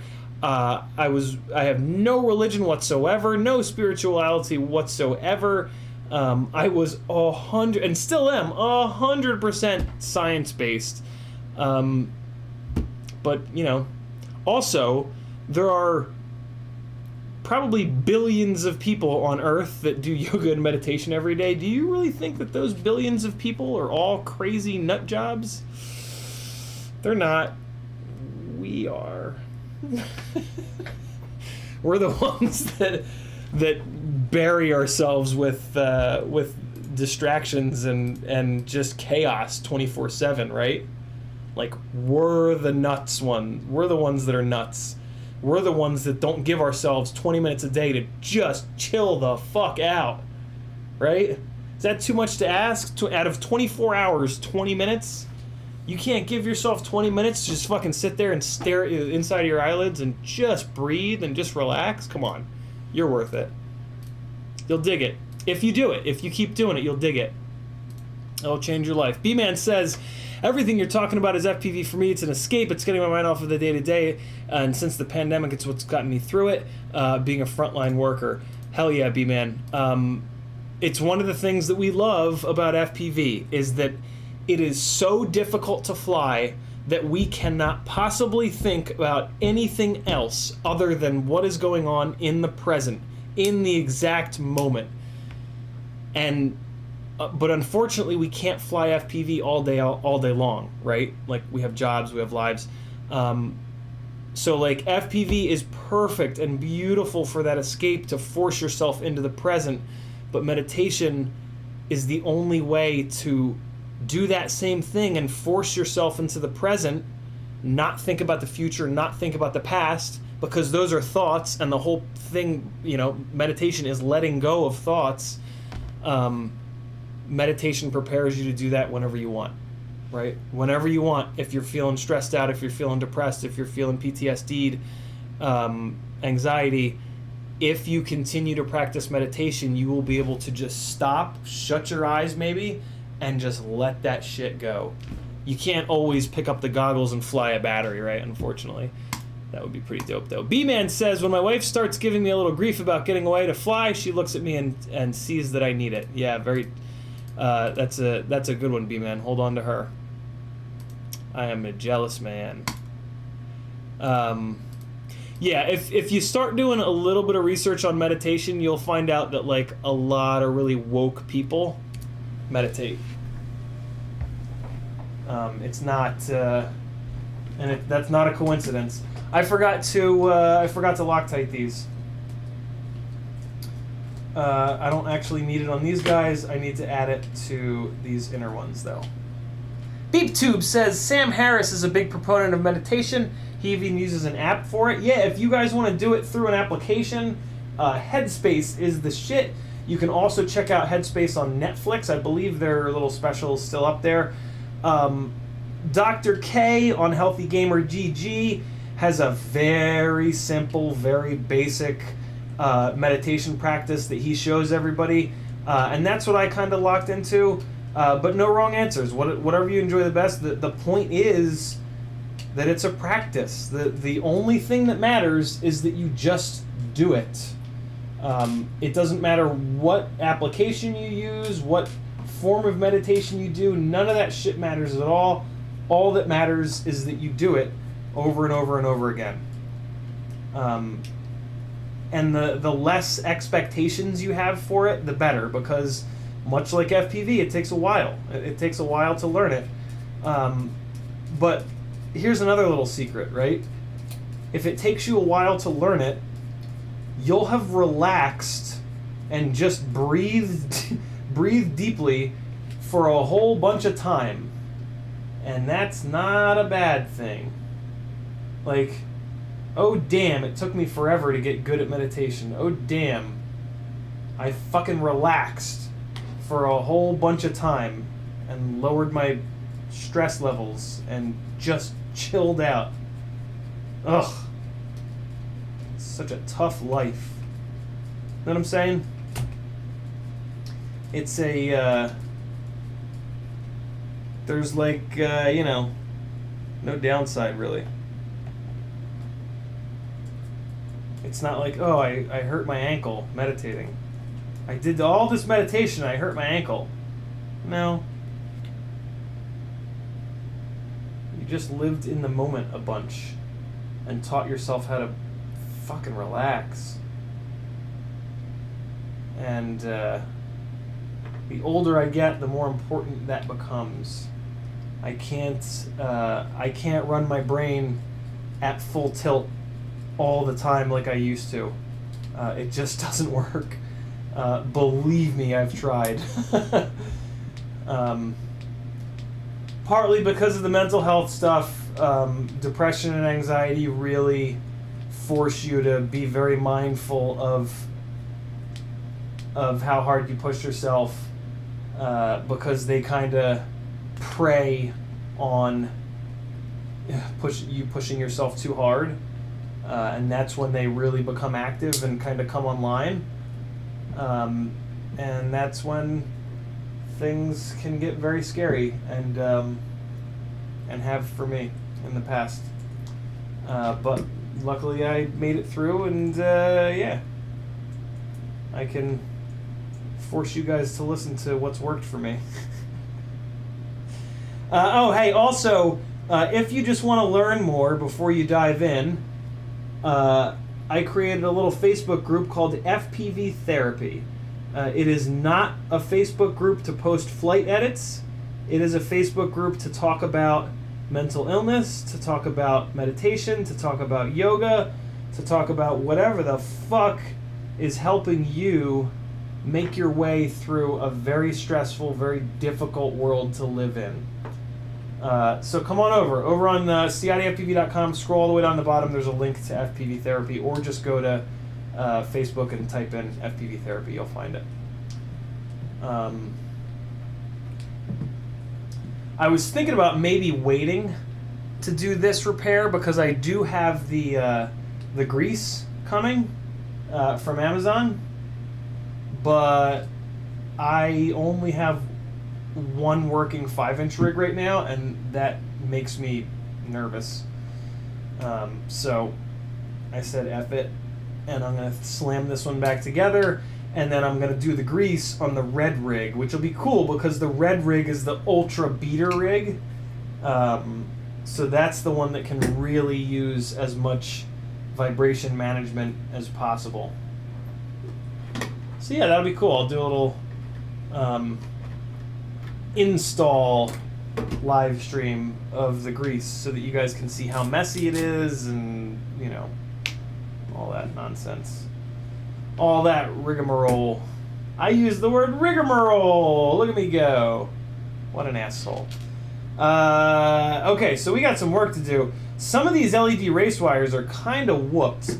I don't remember what color these are either. I think that they'll light up without the motors on them. Let's see. Let's make sure that they're not touching. Well, this one, a fucking wire broke off. Let's see here. Nope, that's the wrong way. Purple for the back one. Purple for the front one. Back left seems to be fully blown up.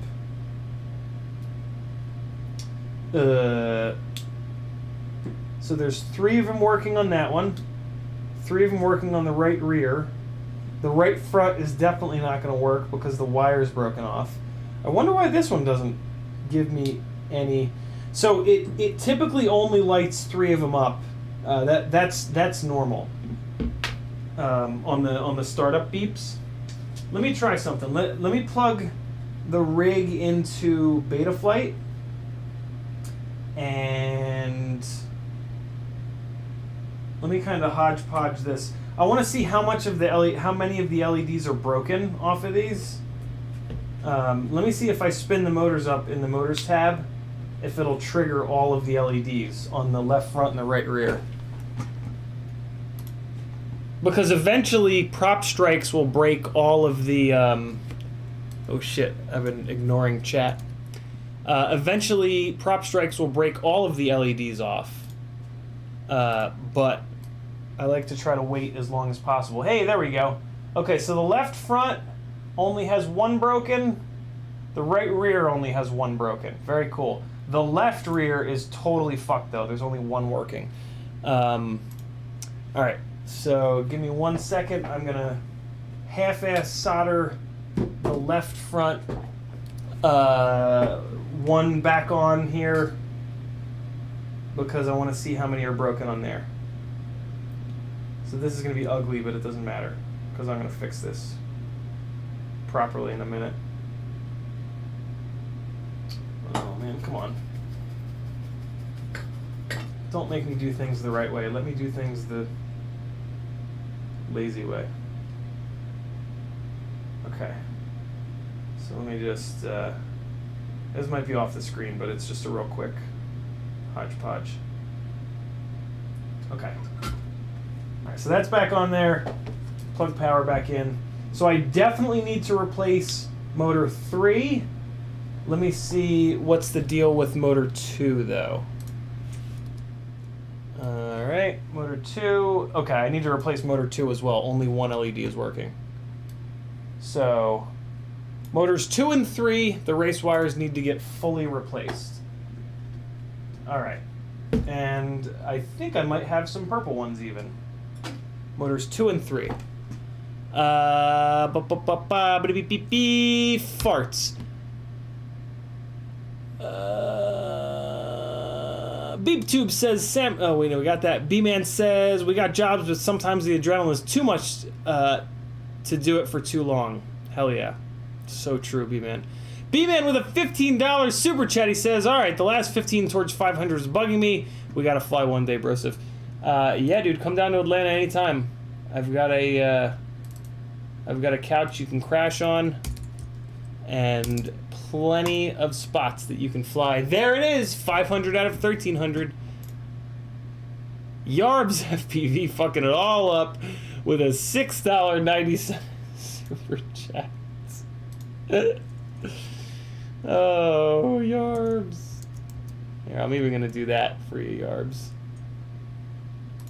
I'm gonna get the actual 69 in there. Thank you, Yarbs. B-Man's gonna stab you. Brian Jarvis says the past is history, the future is mystery, and the present is a gift, which is why it's called the present. That's pretty cool, Brian. I've never heard that before. Andrew Duncan with a $5 super chat. He says, Ciotti, my man, hope you're having a good day, bud. I am, Andrew. Thank you, brother. Thank you, thank you, thank you. Andrew did not call out specifically to the iMac fund, so I'm going to use Andrew's $5 for cocaine. No, I'm not. Hard drugs do not interest me in any way, shape, or form. They are scary and just seem reckless. And who needs that? Hey, look at that. 2 purple race wire LEDs. Just sitting waiting. Waiting to be used and quite abused. So let's desolder motor 2, which is all kinds of ruined. Throw that away, and we're going to do the same with motor 3. There was a little solder ball that jumped off. Always pick up your solder balls. Never let them sit there because then they'll get stuck to something and end up in a motor or on a board, and it's just bad. The biggest thing when you're soldering, to be honest, is just to pay attention. Don't be in a hurry. Don't try to half-ass it. Just watch what's going on. Another little solder ball just got flung over this way. I don't see where it went, though. So hopefully it's not somewhere that it shouldn't be. All right. So now let's tin these guys up first, and then we will solder up the motor wires. There's a chance that I'm going to replace one of those motor wires. Probably not, though.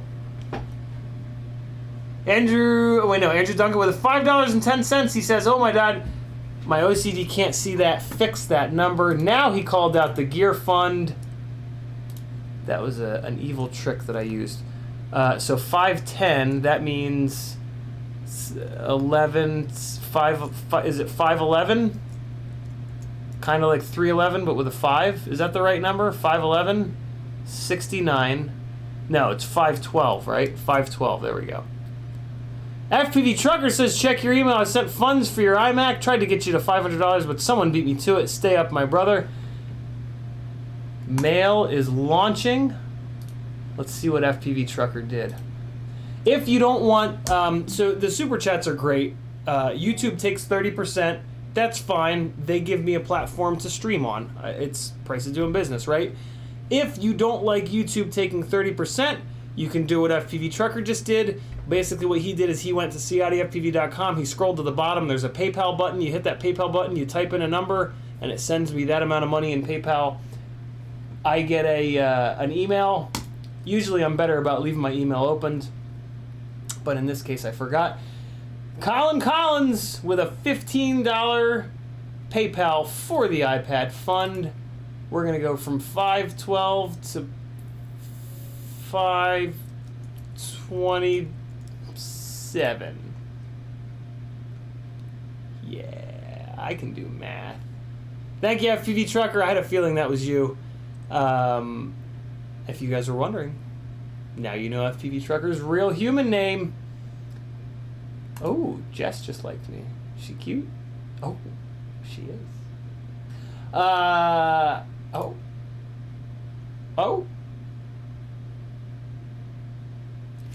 Back to work. Doom Riders in the house. What's up, brother? I'm doing good, man. Today was a good day. How about you? Let the people know in that chat how you're doing. This is a Flux pen.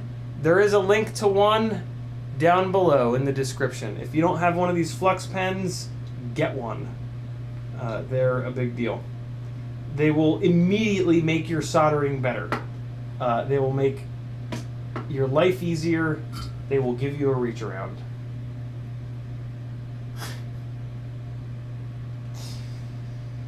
Oh boy.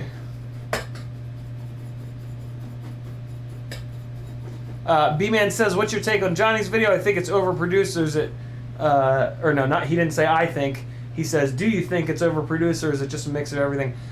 B-Man, I think it's absolutely perfect in every way. I did a little bit of a reaction to it yesterday on the stream, so you can check that out if you want. I looked through the description of the video, and I gave some opinions on how much time and budget went into that. As a quick synopsis, I have a funny feeling that was roughly like $100,000 budget production. Maybe less than that, but I kind of doubt it. There were a lot of people involved. Porsche was funding it, so, you know, infinitely deep pockets there. And yeah, just some of the stuff that they got was like, I've worked on semi-decent budget short films, so I just kind of have like a little bit of a feeling for like how much time went into it, more than most people would. And yeah, that's kind of my estimate. Even just like from a technical standpoint, some of the shit that they did was just absolutely outrageous. So yeah, check that out on yesterday's stream. You'll dig it. You can probably just fast forward the stream until you see the video, because I played it and replayed it and played it and replayed it and replayed it and replayed it and whatnot. I also have a feeling that that's the best FPV edit that we're going to get for like the next year. I don't really think that that's going to get topped anytime soon. I mean, yeah, for a lot of different reasons. And I think last night Johnny put out a behind the scenes on his channel, which was really cool. I think that was last night. It might have been the night before that. So yeah, check that out. That was pretty cool. Not a lot of like really big. It was kind of a general behind the scenes. There really wasn't a lot of like really in-depth secrets, but pretty cool nonetheless. Very, very cool. Holy fucking hell, Andrew Duncan really wants me to get an iMac M1. $123 super chat from Andrew Duncan. Bro, thank you. Whole fucking hell balls. That is gnarly. He says, let's make it halfway there. Your wish, Andrew, is my command. Oh my god, the math is going to be so ridiculous here. 7, 8, 9, 10. 0. Carry the 1. 2, 4, 5. Oh, right, you said halfway there, so I could have just taken $12.99 and cut it in half.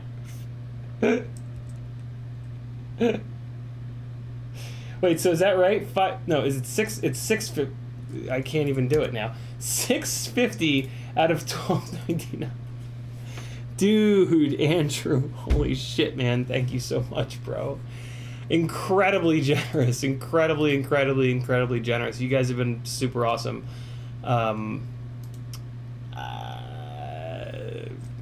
What else can I say? Thank you, dude. That's fucking gnarly.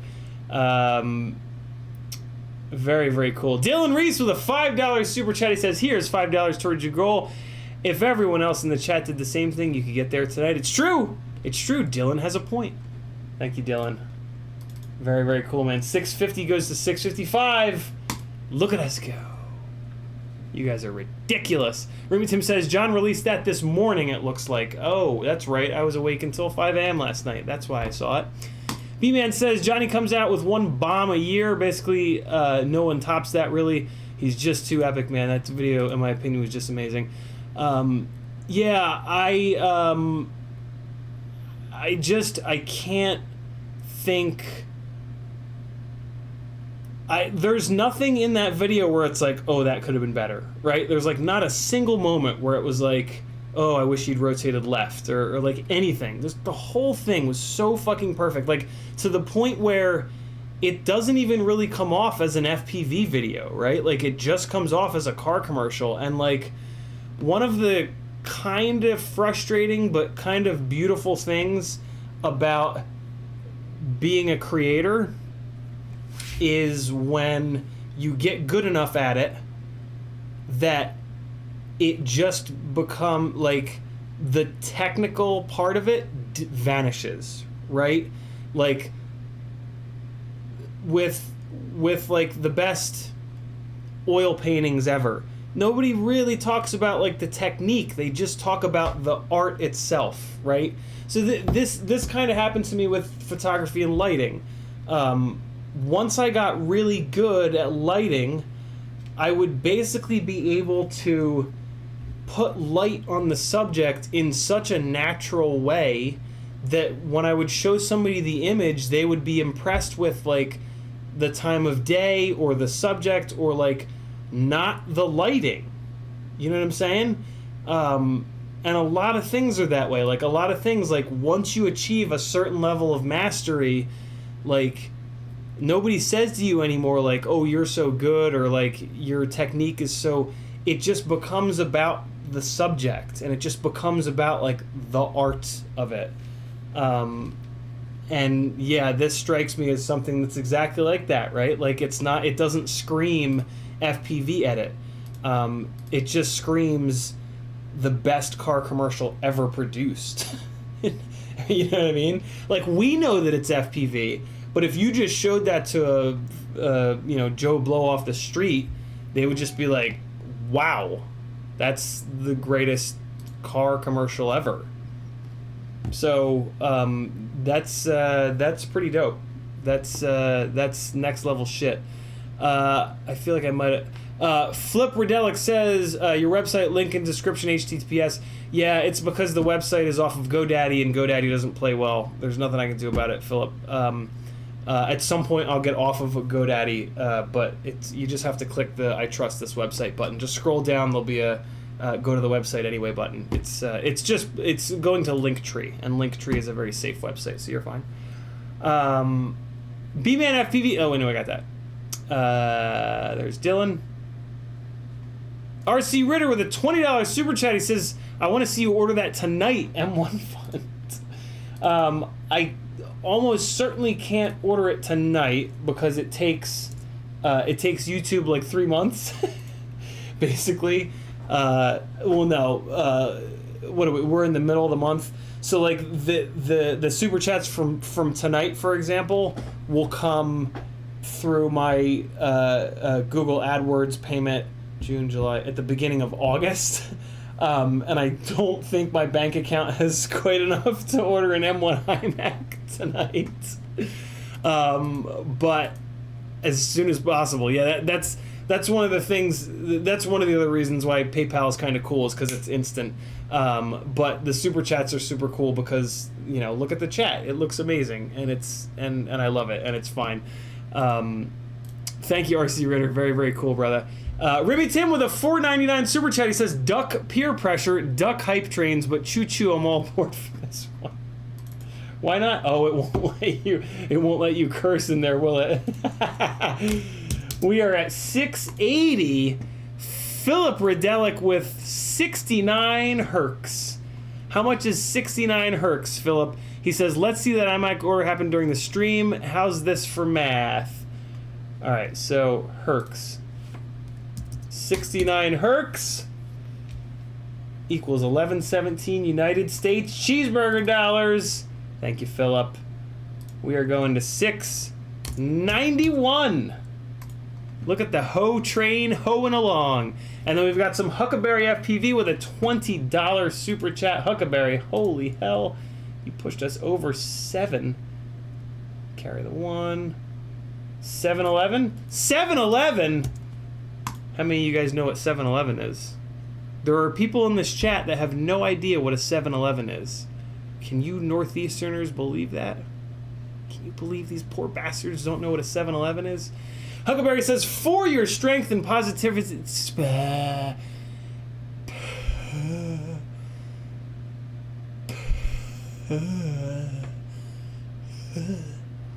For your strength and positivity, and first and foremost, keeping it real, brother.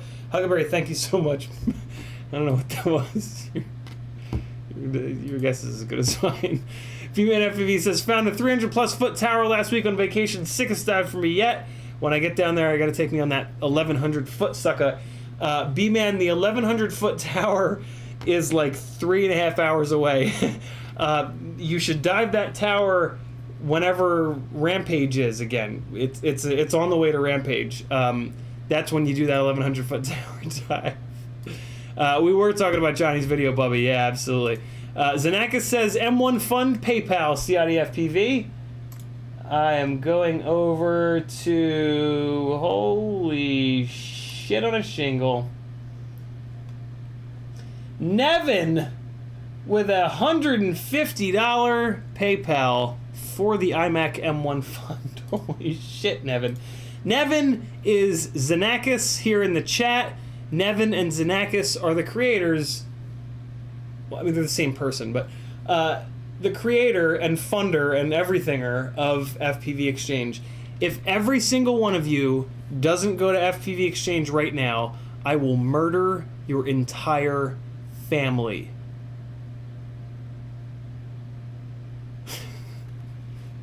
Nevin, Jesus, man, thank you. Nevin, Facebook message me and tell me which people now are going to the site and which ones aren't. I'll start the list. All right, let me do some math. 7 becomes 8. 1 becomes 6. Ooh, thank you, Nevin, for the easy math. 8, 6, 1. Oh my God, you guys have lost your minds, and I love it. Also, we've got a $10 PayPal from Sean Williams. He says, thanks. Thank you, Sean Williams. We are at 871. Who's going to do an $8 super chat so that we go to a $5 so that we go to 876? A completionist. A person with OCD like me, that's who. B-Man said, oh wait, we got that. God damn, Nevin, thank you. Oh, Dylan Reese with a $15 super chat. Dylan hand grenaded that idea, so all of you OCDers blame Dylan. Thank you for the generosity, Dylan. Sorry to throw you under the bus there. He says, keep the super chat hype train going. Thank you, brother. 871 becomes 886, right? 156, got it. Yep. Watched old man do math. Dylan, thank you. Nevin, thank you. Jesus. I'm serious though, Nevin. Send me the list. I'm not kidding this time. I have knives and a bad attitude. Family Guyver says, how about Wawa? I mean, maybe not. I feel like way more people know about Wawa than 7-Eleven. I feel like 7-Eleven is a much more niche thing. If you guys don't know about Wawa, though, I mean, just, that sucks.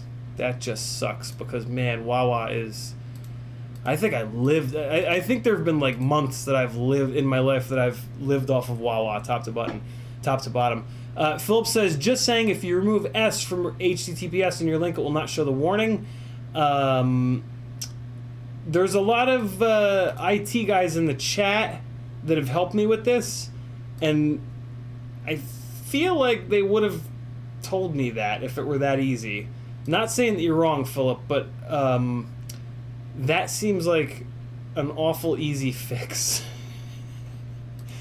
And everybody that's tried to help me with it has said that it's GoDaddy, and there's nothing I can really do about it. I don't know the internet all that well, so I have to rely on people smarter than me. But if you guys tell me that there's a way to just remove an S, just tell me how to do that, and I'll fucking do it right now. I think I'm caught up here. Chris Croft says 7-Eleven is everywhere. Is it really? No, I didn't know that. I thought 7-Eleven was just Northeastern. Wawa is definitely pretty strictly Northeastern.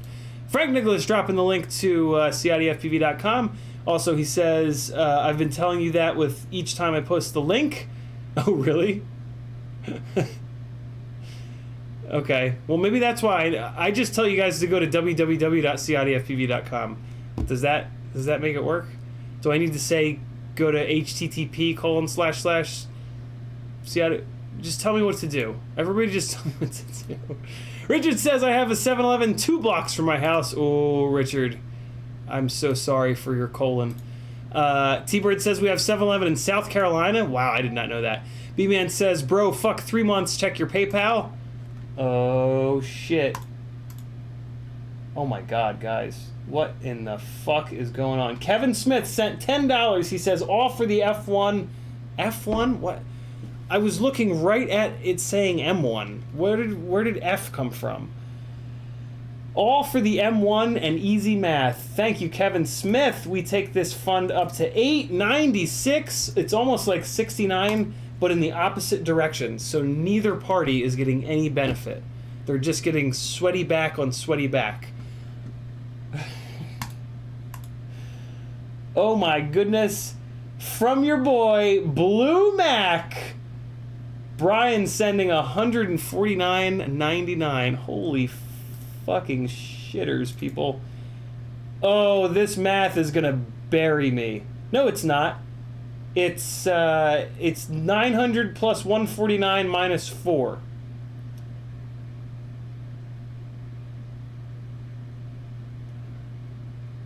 $1,050 minus 4. 1,046. 1046. I did it. I did math. Right?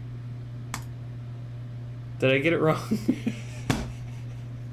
Dylan says 945. Did I get it wrong? I did that right, didn't I? I'm just gonna assume that I did it right. Holy hell, B-Man. Blue Mac. Do I need to start calling you Blue Mac now? Blue Mac. I'm just gonna call him Blue Mac from now on. Blue Mac. I'm not gonna remember. Dude, holy hell. And there's another one sitting here from Kyle Jarecki. He says, let's fucking go. Love you, brother. The best days lie ahead. JakelopeFPV. For the record, do what Jackalope, Kyle Jarecki, did. In your PayPal note thingies, put your YouTube name, because otherwise it just comes through with your regular name, and I want people in the chat to know the people in the chat. You guys better be subscribing to these people that are sending me all of their money. Go subscribe to these amazing individuals' channels. You're going to want to anyway, because they're really cool people. Come over to Discord, talk to them on Discord. This fucking community that you guys have made for yourselves, that I've somehow managed to just, like, fall into, it's really good people. And you're going to want to be involved. So come over to the Discord. You don't have to join the Patreon to come onto the Discord. You can just go to CiottiFPV.com, scroll down, and hit the Discord link. Come and hang out. These guys are ridiculous. Kyle, Jackalope, thank you, dude. Holy shit. Now I gotta do more math. And man, this is the best math ever. Oh, there's gonna be a 7 in here. Oh, here comes the 7. Alright, so there's a 7, and then the 4 is gonna become a 9. And then the 0 becomes a 1. That wasn't too bad. 1197. I mean, damn. Yeah. You guys are ridiculous.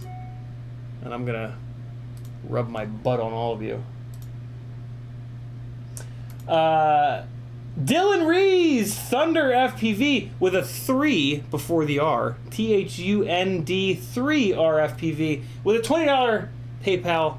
Thank you, Dylan. We're doing more math. It's the math stream with CiottiFPV. Oh, this is going to be harder math. 9 goes to 1.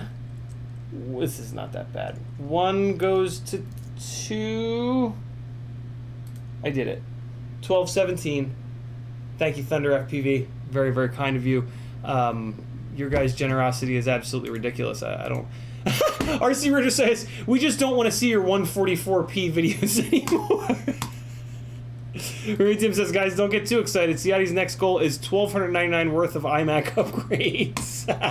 It's not quite $1,299. So when I first did this, Frank Nicholas sent me an email. He's like, I hate to burst your bubble, but you know, just so you know, realistically, to get that computer spec'd out to where, like, I didn't really think about this. I just saw like a thumbnail of the M1 iMac being like $1,299, and like as a joke, I was like, oh, we'll put it here. So like, you know, I didn't really think all the way through it. So yeah, Frank is like, I hate to burst your bubble, but it's gonna end up being like $1,900 because, like, you know, they build the hard drive like in now, and it doesn't really make any sense to not get RAM because it's not that much cheaper to buy the RAM yourself and put it in, right? But that's okay. I'm more than happy to cover the $600 or so in bigger hard drive, bigger solid state hard drive, and RAM. That is absolutely fine.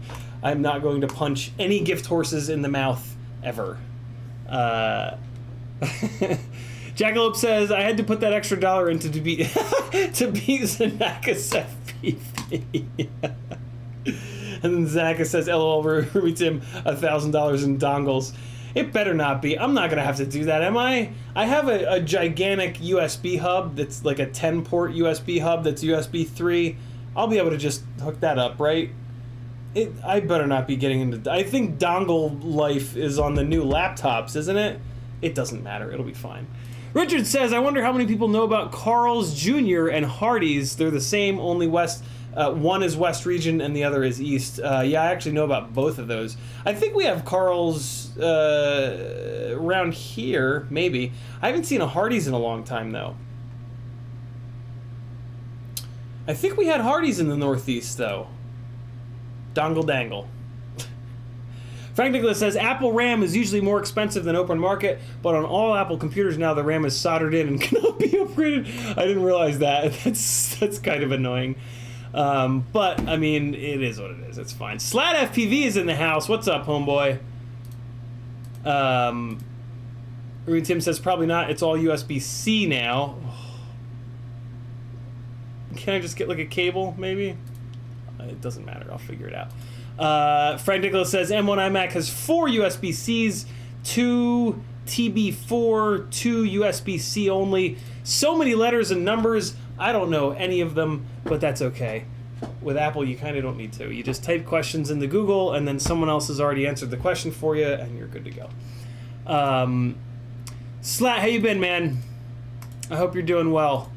I had one of the highlights of.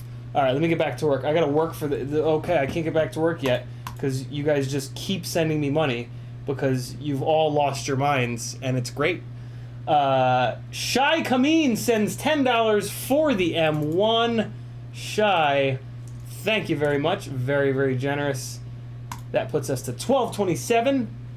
And then we got a little bit of Edwin Krushner. I don't know who either of you guys are in the chat. Make sure you call yourselves out in the chat so that all these lovely people can see who you are. Edwin Krauscher with a $23 PayPal. Thank you, Edwin. Amazing, amazing, amazing. I can't add these in quick enough, which is a really good problem to have. So we're just gonna do math. The rest of the stream is just gonna be doing math because you guys seem hell-bent on getting me to $12.99, and what am I gonna fucking complain about that? 23.7 carry the 1 0 carry another 1 5 50. Edwin, very generous, my man. He got us to a round number. That's what I'm most excited about. Dude, thank you, Edwin. Very cool of you. And then Tim Coker screws it all up in a very generous way with an $82 super chat. He says, enough with the suspense. Get it done. Does. Good Lord. Tim Coker, thank you, brother. Numbers. So there's a 2, and then there's a 3, and then there's another 3. I think that's right. We're over it. God damn it! Now the rest of the money goes to hard drugs. I'm talking mushrooms, heroin, uppers, downers, poppers. The rest of this, I'm gonna be dead in a week. I'm kidding, Mom. I'm kidding. I've never had any interest, and I continue to have no interest in hard drugs. I swear, it's not for me. I love you, Mom. If you're watching this stream right now, what the hell are you doing? Go to bed. Mikhail Rafael says, here's a couple keyboard keys for that M1, brother. Get her done, MotorFFPV. So Mikhail Rafael is MotorFFPV. Holy hand grenades. It is just a fucking bukkake of donations tonight.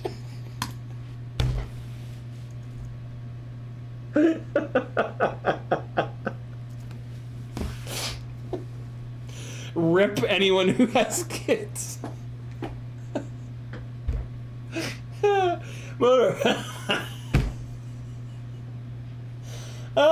Sorry for anyone with, anybody in the room that takes offense to that, but, could be worse. Motor F, thank you, brother. Super generous.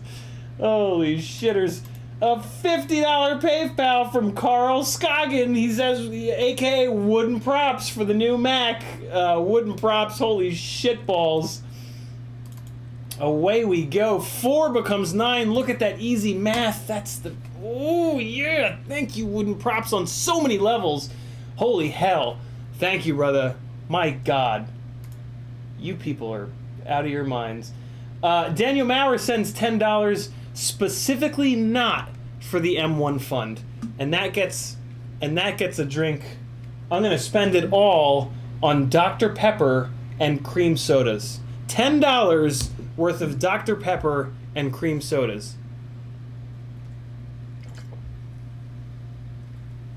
Dr. Pepper and cream soda. Not nearly as good as regular Dr. Pepper or cream soda. I saw a Doom Rider super chat come through. There it is. Doom Rider with a $25 super chat. He says for having some of the best hair in FPV. Doom Rider, I'll give you the full. I'll give you the full Dago WAP hair experience. Here you go. Hold on. This purple gel that I have on this hair light is simply not cutting it. So here, hold on. I'll give you the full. I'll work for that $25. That's not the on. There's the on, and we're gonna go to daylight balanced, and we're just gonna get that in the right spot. There you go. There. Now you can really just get the biggest semi you've ever had in your life. Jesus. That wasn't. I don't know. Made it weird. Holy shit, guys! That says 1392. Okay.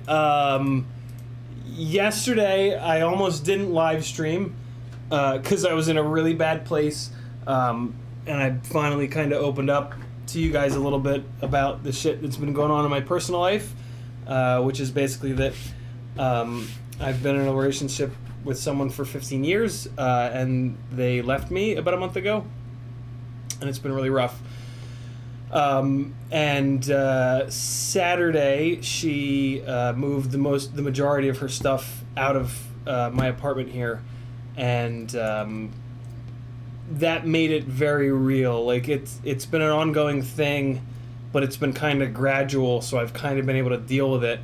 But you know, half of the apartment just disappearing while I'm out flying was fucking rough. And then yeah, so I almost didn't stream yesterday, but I'm really glad that I did, because you guys were super cool and like super supportive, and it was just gnarly. And now this yeah, I don't know. I sometimes I feel like I'm beating a dead horse a little bit, talking about how awesome you guys are. I know I kind of mention it a lot, but I don't know. Fucking, I'm gonna beat that dead horse until it's dust. Because like, I don't know. I just never want to not. I never want to take for granted how generous you guys are, and what a difference it makes in my life. And like, yeah, it's just super cool. Like, this little community that we've all kind of created here is pretty fucking dope. And remember, 諦めんなよ。諦めんなお前。どうしてそこでやめるんだ。そこでもう少し頑張ってみろよ。ダメ目諦めたら周りのことを思うよ。応援してる人たちのことを思ってみろって。あともうちょっとのところなんだから。俺だってこのマイナス10度のところしじみが取れるって頑張ってんだよ。絶対やってみろ。必ず目標達成できる。だからこそネバギブアップ。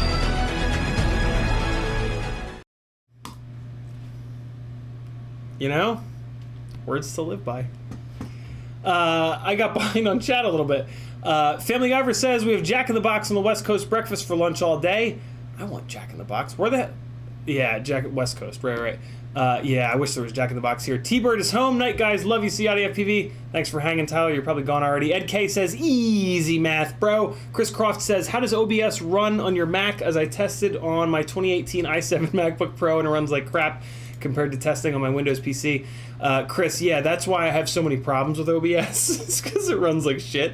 Like the keystrokes stop working at random. The maybe the microphone weirdness, the audio weirdness is potentially related. Yeah, OBS don't run good. Nothing really runs great on this computer, but with enough effort and stubbornness and workarounds, I've managed to do a lot with it, which is good because it was like $3,500 12 or 13 years ago. Chris Croft, Yarb says, I want to see Ciotti make his goal, but it's bedtime, god damn it. I'm pretty far behind, oh boy. Zanakis says, can you throw donors into a wheel giveaway for next week? Donors? What do you mean, donors? Donors. What do you mean by donors, Nevin? JakelopeFPV says, look what my $110 started, LMAO.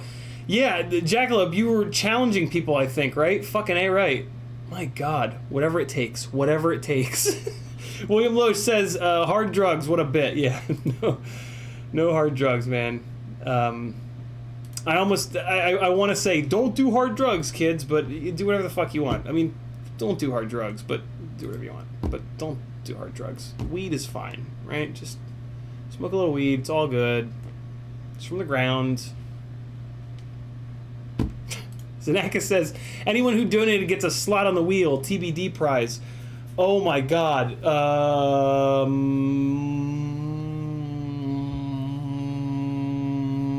How can I do that? So I can do it.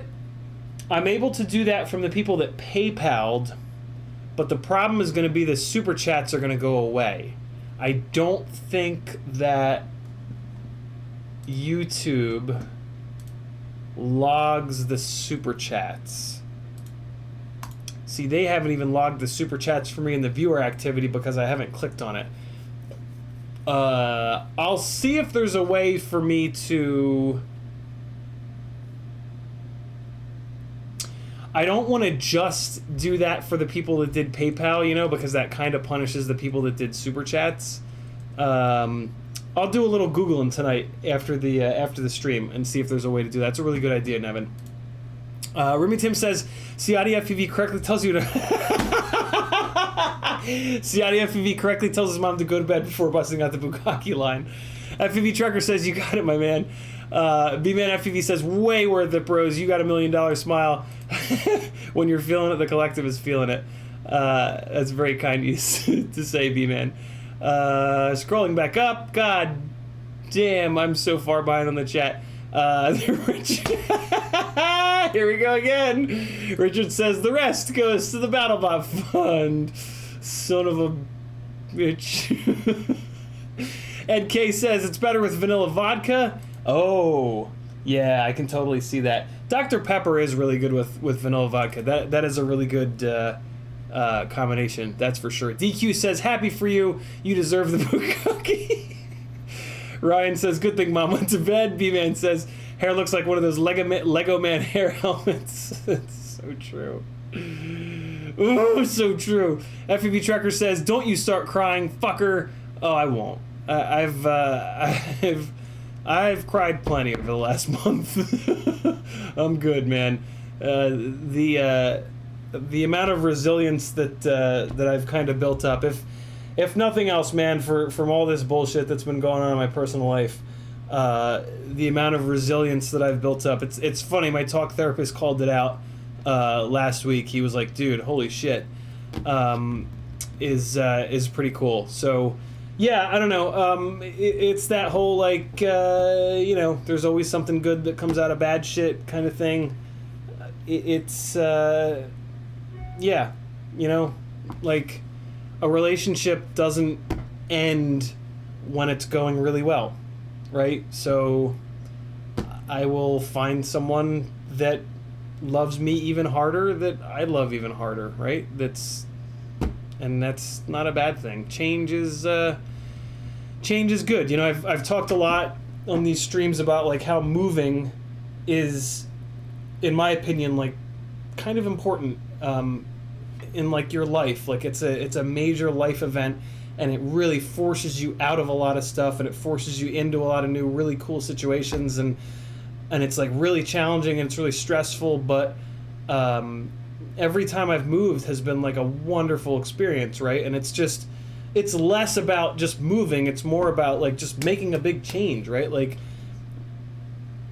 just at points in your life, like making a big change is really therapeutic and really kind of important. And so yeah, this is a big, scary, hard change, but in the end, it'll be a big, great, scary change.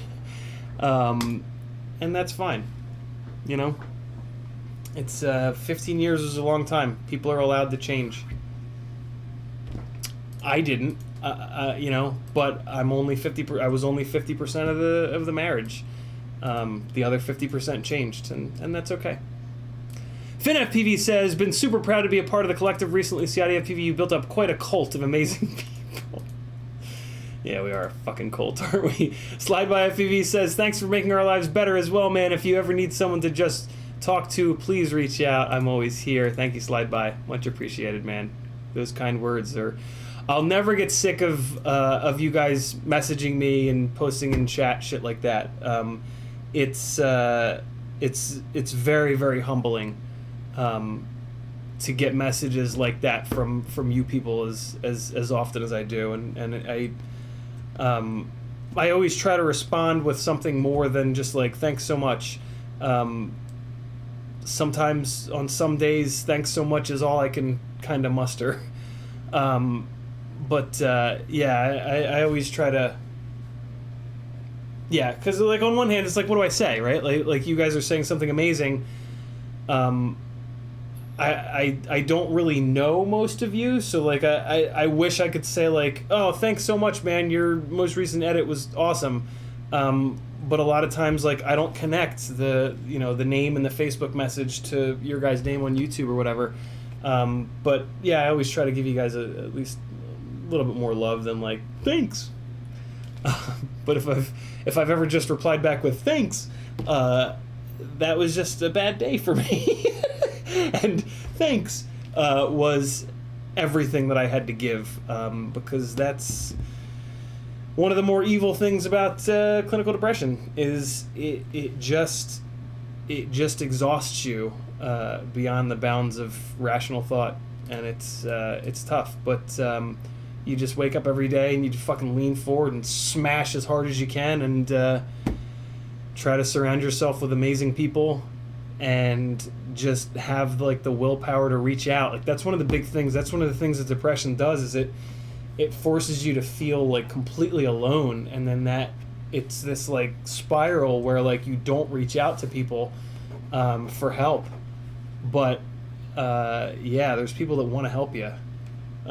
We've got the Facebook group, me, like I've had a bunch of you guys that have just like messaged me like, dude, I'm having a horrible day, and I'm just like, what's going on?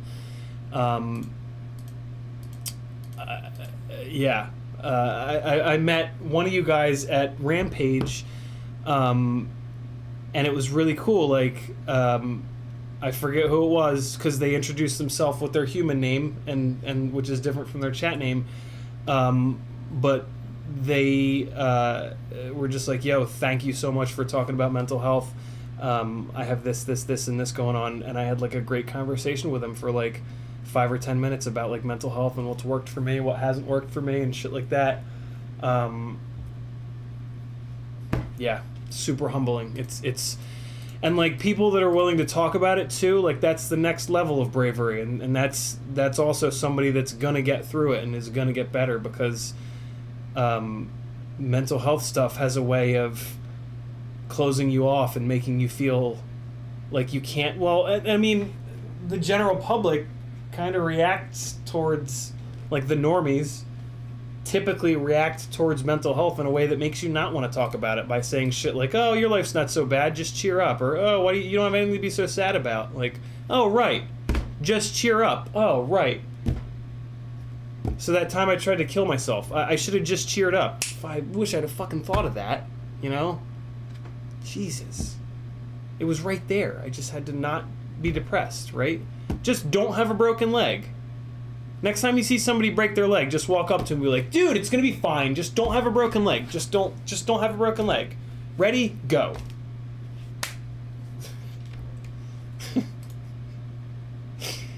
William Loesch says, the CiottiFPV collective love.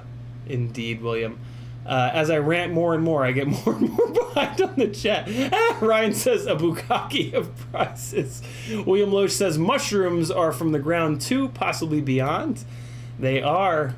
There's some pretty... I heard a day or two ago from somebody that it's looking like 2020 is going to see the legalization of psilocybin, which is the active psycho ingredient in mushrooms, and potentially MDMA in clinical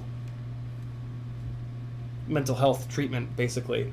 That's pretty fucking interesting because there's some really, really promising research from trials that they've been doing for a long time, specifically in PTSD.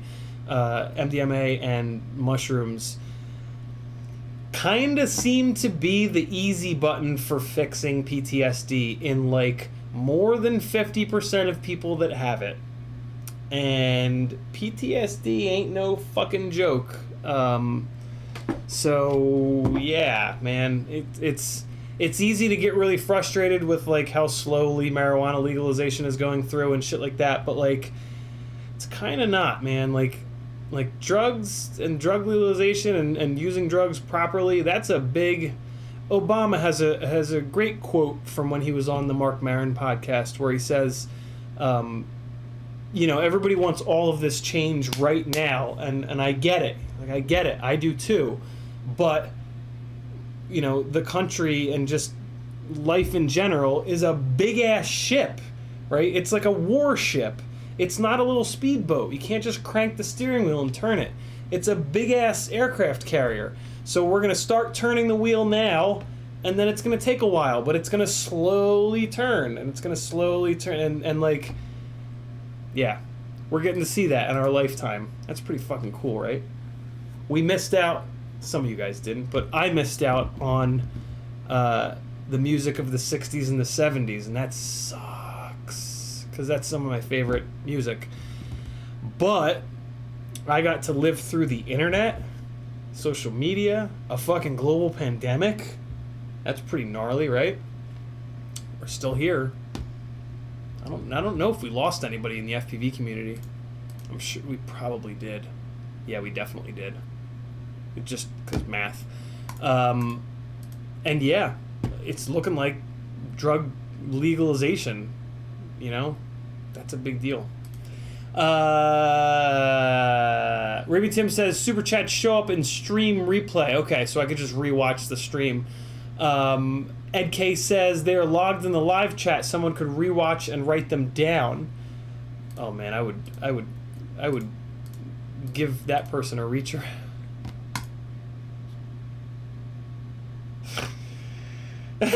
Go-Kart Mozart says, if I smoke this bong really hard, does that qualify as hard drugs? Doom Rider says these difficult times are what defines us. Yeah, very true. I feel like that's a quote from a movie almost. B-Man says, I saw you on Stu's stream the other night, and I could sense you guys would be real homies if you aren't already. Seems like you guys would understand each other really well. I thought so too, B-Man. I sent Stu when I heard that Stu was battling with depression. I sent him like a big long email about like my journey and stuff like that, and I was just like super supportive, and I could tell that he was in a really bad place because he just sent me like a couple word reply, and I've kind of seen things in him that kind of made me feel like he's still been battling through it, so I haven't reached back out to him, but I was really happy to see him live streaming the other night, and it was really cool to swing by there.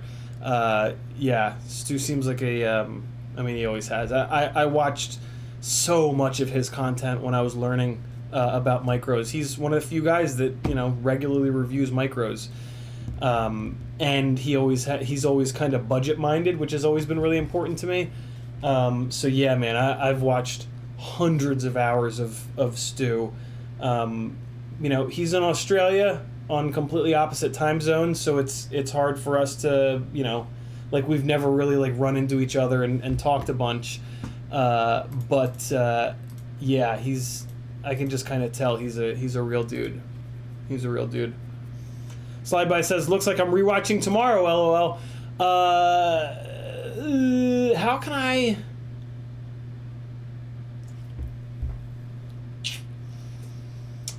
can I get in touch with someone who's missing this stream? This is up to you guys to figure out. How can I get in touch? Oh, fucking A. Is the audio jacked up again? Alright, just you. How can I get in touch with somebody that hasn't watched this stream, that's going to watch the stream replay tomorrow or the next day, that while they're watching the stream replay, they can write people's names down? How do I do that? Tiago. Maybe. I know Tiago's super busy. Back to work. I gotta work off some of that $1,392. I want you guys to see some more soldering. I gotta at least give you a motor install, or maybe at least just these race wires, a race wire install. I was just bouncing the soldering iron up and down in its holder as if it were in the oh, got it, Dan, right. At the beginning of this stream, just say someone write it all down. What's really annoying is that, like, I kind of almost had that thought. I was like, oh, I'll just go back in time. No, my actual thought was, is there a way that I can, like, splice video into the beginning? And then I thought, what the fuck is wrong with you? Of course not. You've been uploading videos to YouTube for 12 years and it's never done that. Why would it magically now? You maniac. Yeah, we just have to think of someone who we just need to think of someone who hasn't been here all night that's currently, like, usually here. You know? Somebody said Rick Zapata. That's pretty cool. I haven't seen Rick here. I also don't want to, like, message somebody and be like, hey, can you watch this stream for me? You know? Like, I would love for it to be somebody that, like, always makes it to the streams, who was, like, already planning on watching the replay. Wow, that usually doesn't work. That was kind of nice. Thank you, Wire, for being cool and allowing me to do that in such a janky ass way. Okay. Let's see if we can do these all in the silliest way possible. No, let's not. So let me come around back here. And I'm going to do what I tell you guys not to do, which is that I'm not going to use the soldering iron to hold the wire down, but I'm going to use the wire to hold the race wire down. I have the wire in my tweezers and I'm pushing down on it, which is pushing the race wire into the arm, and it kind of worked. The wire is kind of off to the side a little bit.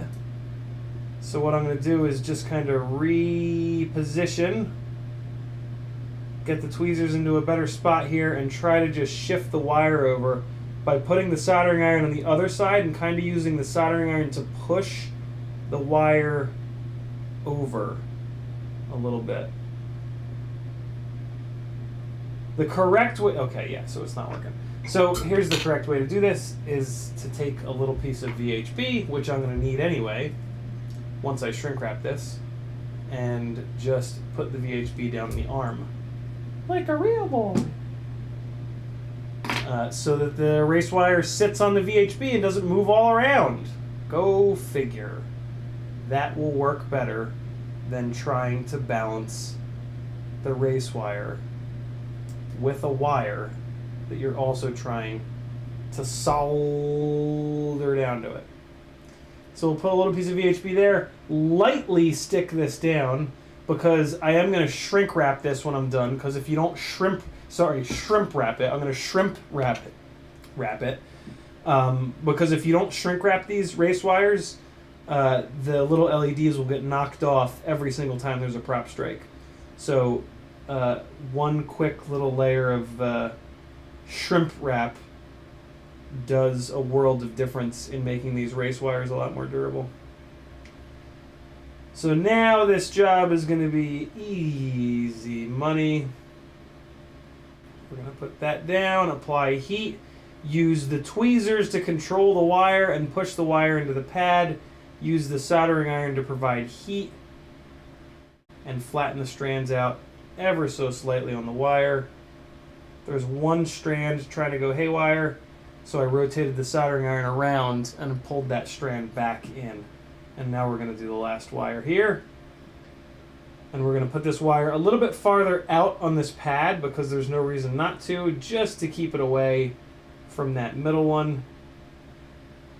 These race wires have all three pads lined up. A lot of the companies that make the knockoff race wires stagger the pads, which makes it a little bit easier to not have them bridge to one another. But it's really not all that hard to get these to not bridge. You just have to take like a little bit more effort. So there we go. And we're going to pop that up. Farts. I was hoping the VHB would stick to the arm, but it's sticking to the race wire because the race wire is getting hot. You want to get the race wire up off the VHB as quick as you can, because the hotter it gets, the more of a pain in the ass it's going to be. So there we go. That's pretty good. So now we're going to throw a quick shrimp wrap on there. And we'll be good to go. Actually, no. Let's come around and we'll do the other race wire, and then we're gonna wrap it up for the night because I am hungry as hell. I did not eat a lot today, but I got up really fucking late. I don't think I got out of bed until like noon today, because I've been having a really one of the hardest things through all this has been sleep. You know, I'm used to sleeping with another human being, and have been for almost 10 years. So yeah, it's been sleep has been very challenging. So I've been stuck in bed very late because I'm only able to go to sleep like 4 or 5 a.m. I'm just not getting tired. So I'm trying to stay up and and do stuff, but it's hard because it's I might, on one hand it's like, well, I fucking might as well stay up and get shit done, but then when I'm getting shit done, my brain is working, and then that makes it harder to fall asleep. So it's this weird catch-22 of well, I need to just not do anything to calm down so that I can be tired, but then well, I'm not gonna be tired anyway. But it's getting better. It's getting a little better. I'll be alright. What's up in the chat over there? Drony Droid says, just got here. What are we talking about? Drony Droid! Ooh! Drony Droid, you're our man. You're our man, Drony Droid. Drony Droid. Are you planning on rewatching the previous 2-ish hours of this stream, maybe tomorrow? If you were planning, tonight was a good stream with a lot of super chats, and Nevin from FPV Exchange had a really good idea of everybody that super this happened tonight, Drony Droid. So if you were planning, I don't want to force you to do this, but if you were planning on rewatching tonight's stream, maybe tomorrow or after I go off the air here in a little bit, I would love it, and everybody would love it, if you would write down the names of, make a list of the people that did super chats throughout the stream. If you were just going to listen to the audio version of this stream, it's fine. Don't do it. But if you were going to watch this stream, you know what I'm saying? You know what I'm saying. You're a smart guy. Let me know. Don't let me guilt trip you into it, but let me know. Jackalope says, Slat said you can look up the logs, dude. That's right. He did say that. I don't know how that's going to work, though, because viewer activity in YouTube Studio, it's only got Doom Rider in it. Like, it's... I don't have much luck in YouTube Studio doing much of anything. B-Man says, why is it Tiago's busy? We're all busy. Is he curing cancer or some shit? He's not curing. Maybe he is. I don't know. Philip says, add a pinned comment. Ooh, that's true. That's a really good idea, actually. MotorF says, one of us could log into an alternative YouTube account, rewatch, and record super chats. Would that work? I mean, that would totally work, MotorF, but I mean, you could just rewatch it. You wouldn't even have to do that. I don't want to make somebody else sit through this. I also don't want to sit through this for 2 hours. You know what I mean?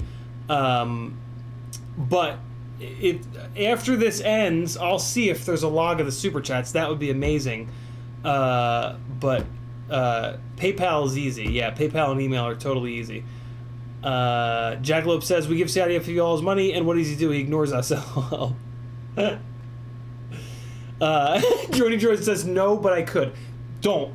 There are plenty of people that weren't here tonight, like Tiago, that were potentially going to rewatch this. If we don't find a solution by the time you read this, I'll do it. Don't do it. I'll stream again Wednesday, and if I haven't found the log that Slat was talking about, then Wednesday night on the stream, I'll say, hey, did any of you guys not watch Monday? And were you planning on it? You know what I mean? Like, Wednesday night, there'll definitely be someone who, you know what I mean? So don't do it, Journey Droid. Don't do it. We'll find somebody, or maybe there's just a log and an easy way to do it. This stream's going long tonight, motherfuckers, and I am fine with that. I gotta work off all that goddamn money you beautiful bastards sent me, and that is what I'm talking about. Let's see if I can do this one without the VHB. Get that guy balanced there. It's already fucking up. Right, here we go. Applying heat. Gently, gently, gently pushing down on the wire.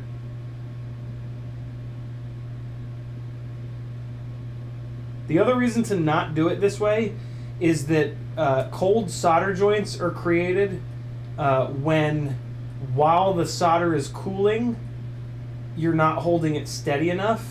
And man, is this not steady when the solder is cooling. So, yeah, this is a terrible way to do it. But I'm a stubborn motherfucker. No, I can't do it like that anymore. I have to do it the right way. It's literally gonna... Cold solder joints, I mean, for the most part, if nothing else, right? If your soldering looks like absolute troll herpes, as long as you're nice and still while the solder is cooling and going from a liquid back to a solid, that solder joint is going to be pretty goddamn strong. The worst thing that you can possibly do in soldering is move the joint around while it's cooling. So that's job number one, people. Most of you know this, but a surprising amount of new people have been messaging me lately and asking for more like tech talk and more like soldering tips and stuff like that, which made me kind of realize that I used to do a really good job at like kind of talking through that stuff while I was building and repairing, And I haven't been lately. I've been like kind of dicking around and just bullshitting with you guys, which is great, but yeah, I want to mix it up a little bit more. Because there's a lot of technical shit that when in your first like couple of years in this hobby tends to be really difficult and frustrating. And I remember quitting the hobby on more than one occasion because I was like, I'll never be able to solder. I'll never be able to do it. But, you know, I was trying to do it on a like 18 by 18 Femto F3 Baby Hawk as my very first rig for my first like year and a half or so of flying. So, you know, I really kind of couldn't, with individual ESCs nonetheless, and 30 gauge wires going to them and then to the motors. So I kind of stacked the deck against myself. But hey, now I can solder fucking anything. So all is well that ends well. There you guys go. There are some fresh, what are these called? Race wires. Some fresh race wires. I'll stream again tomorrow, and we'll finish this up tomorrow so that I can get it off the bench and out of the way for Whoop Wednesday. Plus, again, I'm going to, I got a lot of work to do to work off these amazing super chats and PayPals that you guys sent me. James Flores, he went to fly at the park for an hour, and I'm still streaming. Have a beer on me. $5 super chat from James Flores. That is not going to go into the IMAC fund. That is going to go into the poison fund. I'm going to buy poison with it, and I'm going to drink that poison, and then I'm going to sit on the couch like, I'm drunk. $5 will get me drunk. I don't drink much. Maybe like once a week. I'm going to get caught up on chat here, and then I'm going to shut this mother down before we get to 3 hours, because people get all upset when I stream for way too long, because then because there's a lot of completionists out there, which I totally get. So let's get caught up on chat real quick here, and then we're going to shut this down, and I will see you guys tomorrow. Beep. June Loco says, I thought you was buying a car instead. I don't know, June Loco. I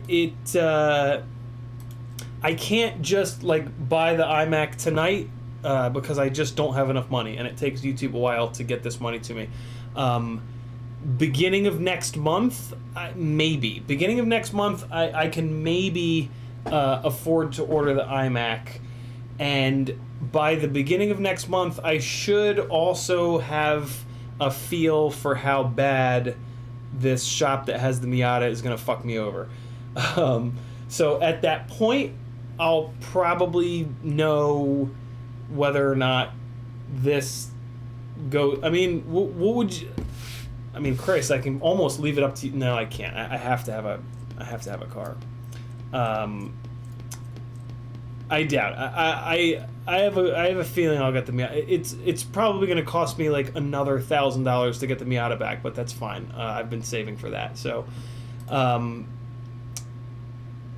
yeah, I don't know. Everything is fucking mayhem and chaos right now. I'm just holding on. I don't know what's going to happen. I am just... Life is a fucking rampaging bull, and I'm just like... Fucking... No!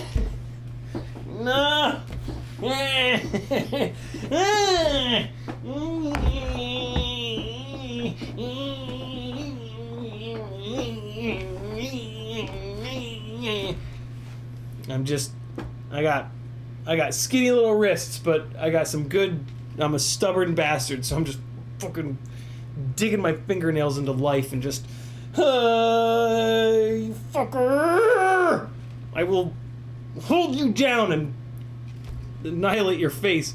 Michael Blades says, time for bed, work in the morning, CiottiFPV, bye. Thanks for hanging out, Michael Blades. You're probably gone already, but maybe you'll watch the repeat.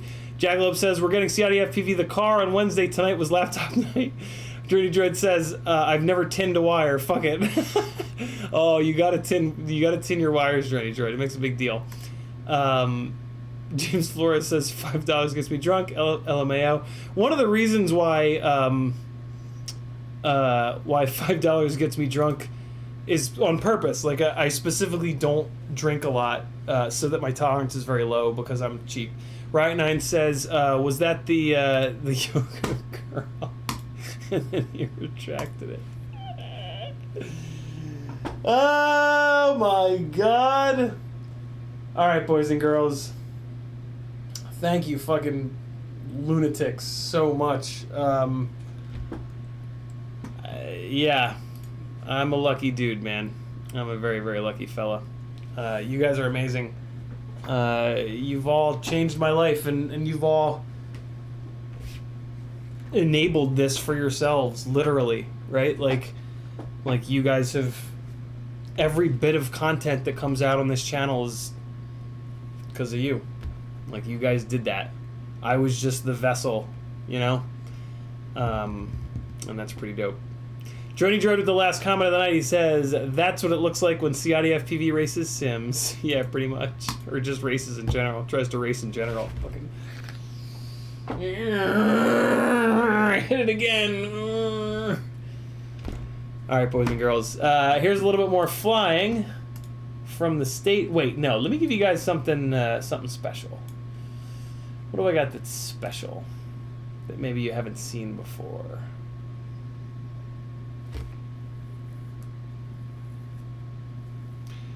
Computer is taking its sweet ass time. Oh, what about the sketchy folder? So I have a folder called sketchy. Oh, okay. Okay, I'll give you guys a sketchy folder item. So this... Alright, so I'll give you guys this one. And I'll pause it. I'll pause it at the sketchy moment. No, I think the sketchy moment just went by.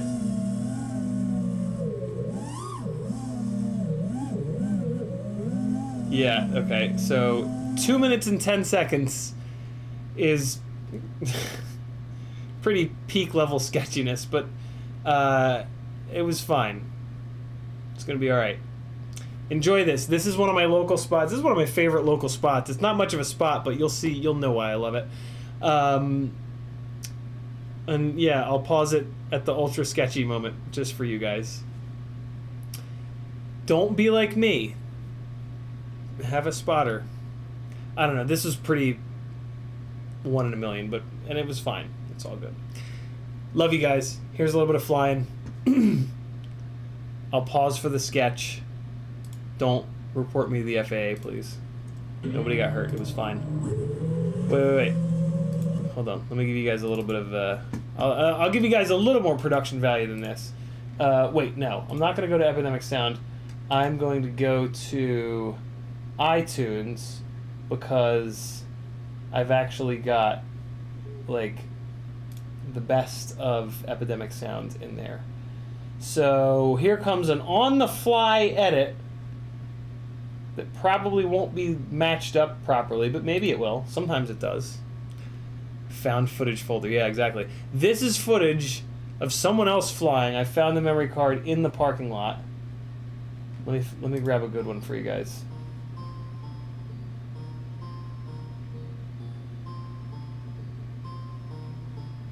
This might work. Nah. Hold on. Ah, this is gonna work. This is gonna work. Alright, boys and girls. Thank you guys so fucking much. What an amazing group of people. Don't forget to get a haircut, June Loco says. I actually do need one. It's starting to do this fucking nonsense. So yeah, soon enough. Enjoy this. This is from the sketchy folder that I usually don't play unless somebody comes over here and hangs out. I'm gonna try to sync this up with the music. Be good. Love every goddamn last one of you. I'll see you tomorrow. We'll finish the glide.